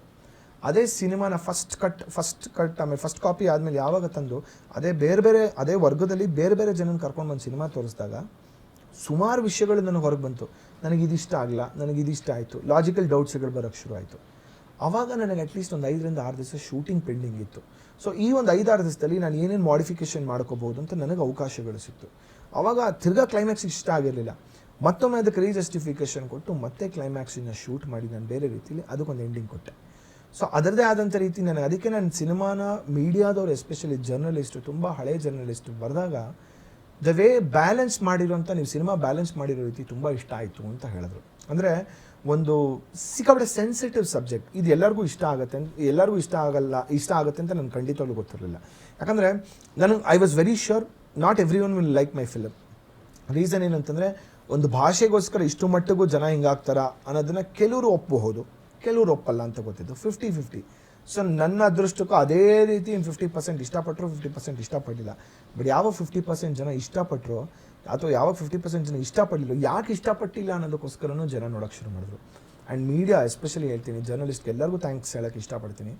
ಜರ್ನಲಿಸ್ಟರು ಯಾವಾಗ ಈ ಕತೆ ಬರೆದಾಗ ಒಂದು ಸೂಕ್ಷ್ಮವಾಗಿರುವಂಥ ಕಥೆನ ಕರೆಕ್ಟಾಗಿ ಬ್ಯಾಲೆನ್ಸ್ ಮಾಡಿ ಸ್ಕ್ರಿಪ್ಟನ್ನ ಬರೆದಿದ್ದೀರ, ಅದನ್ನು ಹಾಗೆ ರೀತಿ ಅಚ್ಚುಕಟ್ಟಾಗಿ ಡೈರೆಕ್ಷನ್ ಮಾಡಿದ್ದೀರಾ ಅಂತ ಹೇಳಿದಾಗ that is when I got confidence. Like yes, ನಾನು ಅಂದ್ಕೊಂಡಿದ್ದು ತೆರೆ ಮೇಲೆ ಬಂದಿದೆ, ಅದೇ ರೀತಿ ಪ್ರತಿಕ್ರಿಯೆಗಳು ಕೂಡ ತೊಗೊಂಡಿದ್ದಾರೆ ಅನ್ನೋ ಕಾನ್ಫಿಡೆನ್ಸ್ ಬಂತು. ಸೊ ಈ ಒಂದು ಮೂಲಕ ನಾನು ಏನು ಹೇಳೋಕ್ಕೆ ಇಷ್ಟಪಡ್ತೀನಿ ಅಂದರೆ, ಸಿನಿಮಾ ಮಾಡಬೇಕು ಅಂತ ಕನಸುಗಳನ್ನ ಇಟ್ಕೊಂಡಿರೋಂಥ ಆಸ್ಪೈರಿಂಗ್ ಫಿಲಮ್ ಮೇಕರ್ಸ್ಗಳು, ಈ ಕೊರೋನಾ ಬಂದುಬಿಟ್ಟಿದೆ, ಜನ ಥಿಯೇಟ್ರಿಗೆ ಬರ್ತಾರೆ ಬರೋದಿಲ್ಲ, ಅವೆಲ್ಲ ತಲೆನೇ ಕಟ್ಸ್ಕೊಳ್ಳೋಕೆ ಹೋಗಬೇಡಿ. You have different platforms to explore your talent. ಇವತ್ತು ನಾನು ಹೇಳ್ತೀನಿ, ಒಂದು ಸೋಷಿಯಲ್ ಮೀಡಿಯಾದಲ್ಲಿ ನಾನು ಶಾರ್ಟ್ ಫಿಲಮ್ ಮಾಡಿದಾಗ ಅವಾಗ ಯೂಟ್ಯೂಬಲ್ಲೇ ಲಾಸ್ಟಲ್ಲಿ ಹಾಕಿದ್ದು. ಬಟ್ ನಂದೊಂದು ದೊಡ್ಡ ಮಟ್ಟದಲ್ಲಿ ನಾನು ಮಾಡಿದೆ, ಬಿಕಾಸ್ ಅವಾಗ ನನಗೆ ಅವಕಾಶಗಳಿತ್ತು. ನೀವು 2.5 ನಿಮಿಷ 3 ನಿಮಿಷ ಶಾರ್ಟ್ ಫಿಲಮ್ ಮಾಡ್ತೀರಾ ಅಂದ್ರೂ ಕಂಟೆಂಟ್ ಮೇಲೆ ಕಾನ್ಸಂಟ್ರೇಟ್ ಮಾಡಿ and you can release the short film on YouTube. ಇವತ್ತು ಇಂಟರ್ನೆಟ್ ಮೀಡಿಯಮ್, ಸೋಷಿಯಲ್ ಮೀಡಿಯಾ, ಯಾರು ಪುಷ್ ಮಾಡೋ ಅವಶ್ಯಕತೆಯೇ ಇಲ್ಲ. ಕಂಟೆಂಟ್ ಚೆನ್ನಾಗಿತ್ತು ಅಂದರೆ ಜನನೇ ಹೊತ್ಕೊಂಡು ಹೊಟ್ಟೋಗ್ತಾರೆ. ಸೊ ನಿಮಗೆ ಒಂದ್ಸಲಿ ಅವಕಾಶಗಳು ಸಿಕ್ತು ನಾನು ಹೇಳ್ತೀನಿ, if you get an opportunity and ನಿಮ್ಮ ಕಂಟೆಂಟ್ ಸ್ಟ್ರಾಂಗ್ ಆಗಿದೆ ಅಂತ ನಿಮ್ಗೊಂದು ಒಳ್ಳೆ ಪ್ರತಿಕ್ರಿಯೆ ಸಿಕ್ತು ಅಂದರೆ ಡೆಫಿನೆಟ್ಲಿ OTT ಪ್ಲ್ಯಾಟ್ಫಾರ್ಮ್ಸ್ಗಳು ಅವರೇ ನಿಮಗೆ ಅವ್ರ ಬಾಗಿಲಿಗೆ ಕರ್ಸ್ಕೊತಾರೆ, ಒಳ್ಳೊಳ್ಳೆ ಸ್ಕ್ರಿಪ್ಟ್ಗಳನ್ನ ಕೊಡ್ಬೋದು ನೀವು, and you will get an opportunity. And I can say that never lose hopes. ನಾನು ಹೇಳ್ತಾ ಇತ್ತಂದರೆ never lose hopes. Keep try ಮಾಡ್ತಾನೆ ಇರಿ. ಇವತ್ತು ಕೂಡ ನನಗೂ ತುಂಬ ಆಸೆ ಇದೆ, ಏನೇನೋ ಸಿನಿಮಾಗಳು ಡೈರೆಕ್ಟ್ ಮಾಡಬೇಕು ಅಂತ ಆಸೆ ಇದೆ. ಬಟ್ ಆ ಜರ್ನಿಗೆ ರೀಚ್ ಆಗೋದಕ್ಕೆ ಈ ಜರ್ನಿಗೆ ಹೋಗಲೇಬೇಕು, ಅಷ್ಟು ಪೇಷನ್ಸ್ನ ಇಟ್ಕೊಳ್ಳೇಬೇಕು. ಸೊ ಹಾಬೀಸ್ ಅಂತ ಬಂದರೆ, ಇತ್ತೀಚೆಗೆ ರೀಸೆಂಟ್ ಟೈಮಲ್ಲಿ ಕುಕ್ಕಿಂಗ್ ಸ್ವಲ್ಪ ಒಲವು ಜಾಸ್ತಿ ತೋರ್ಸೋಕ್ಕೆ ಶುರು ಮಾಡಿದ್ದೀನಿ. ರೀಸನ್ ಏನು ಅಂತಂದರೆ, ವೆರಿ ಅನ್ಫಾರ್ಚುನೇಟ್, ನಮ್ಮಮ್ಮ ಪಾಪ 3 ತಿಂಗಳಿಂದ ಆಕ್ಸಿಡೆಂಟ್ ಆಗಿದ್ರು. ಆ ಟೈಮಲ್ಲಿ ನಾನೇ ಅಡುಗೆ ಮಾಡೋವಂಥ ಪರಿಸ್ಥಿತಿ ಬಂತು.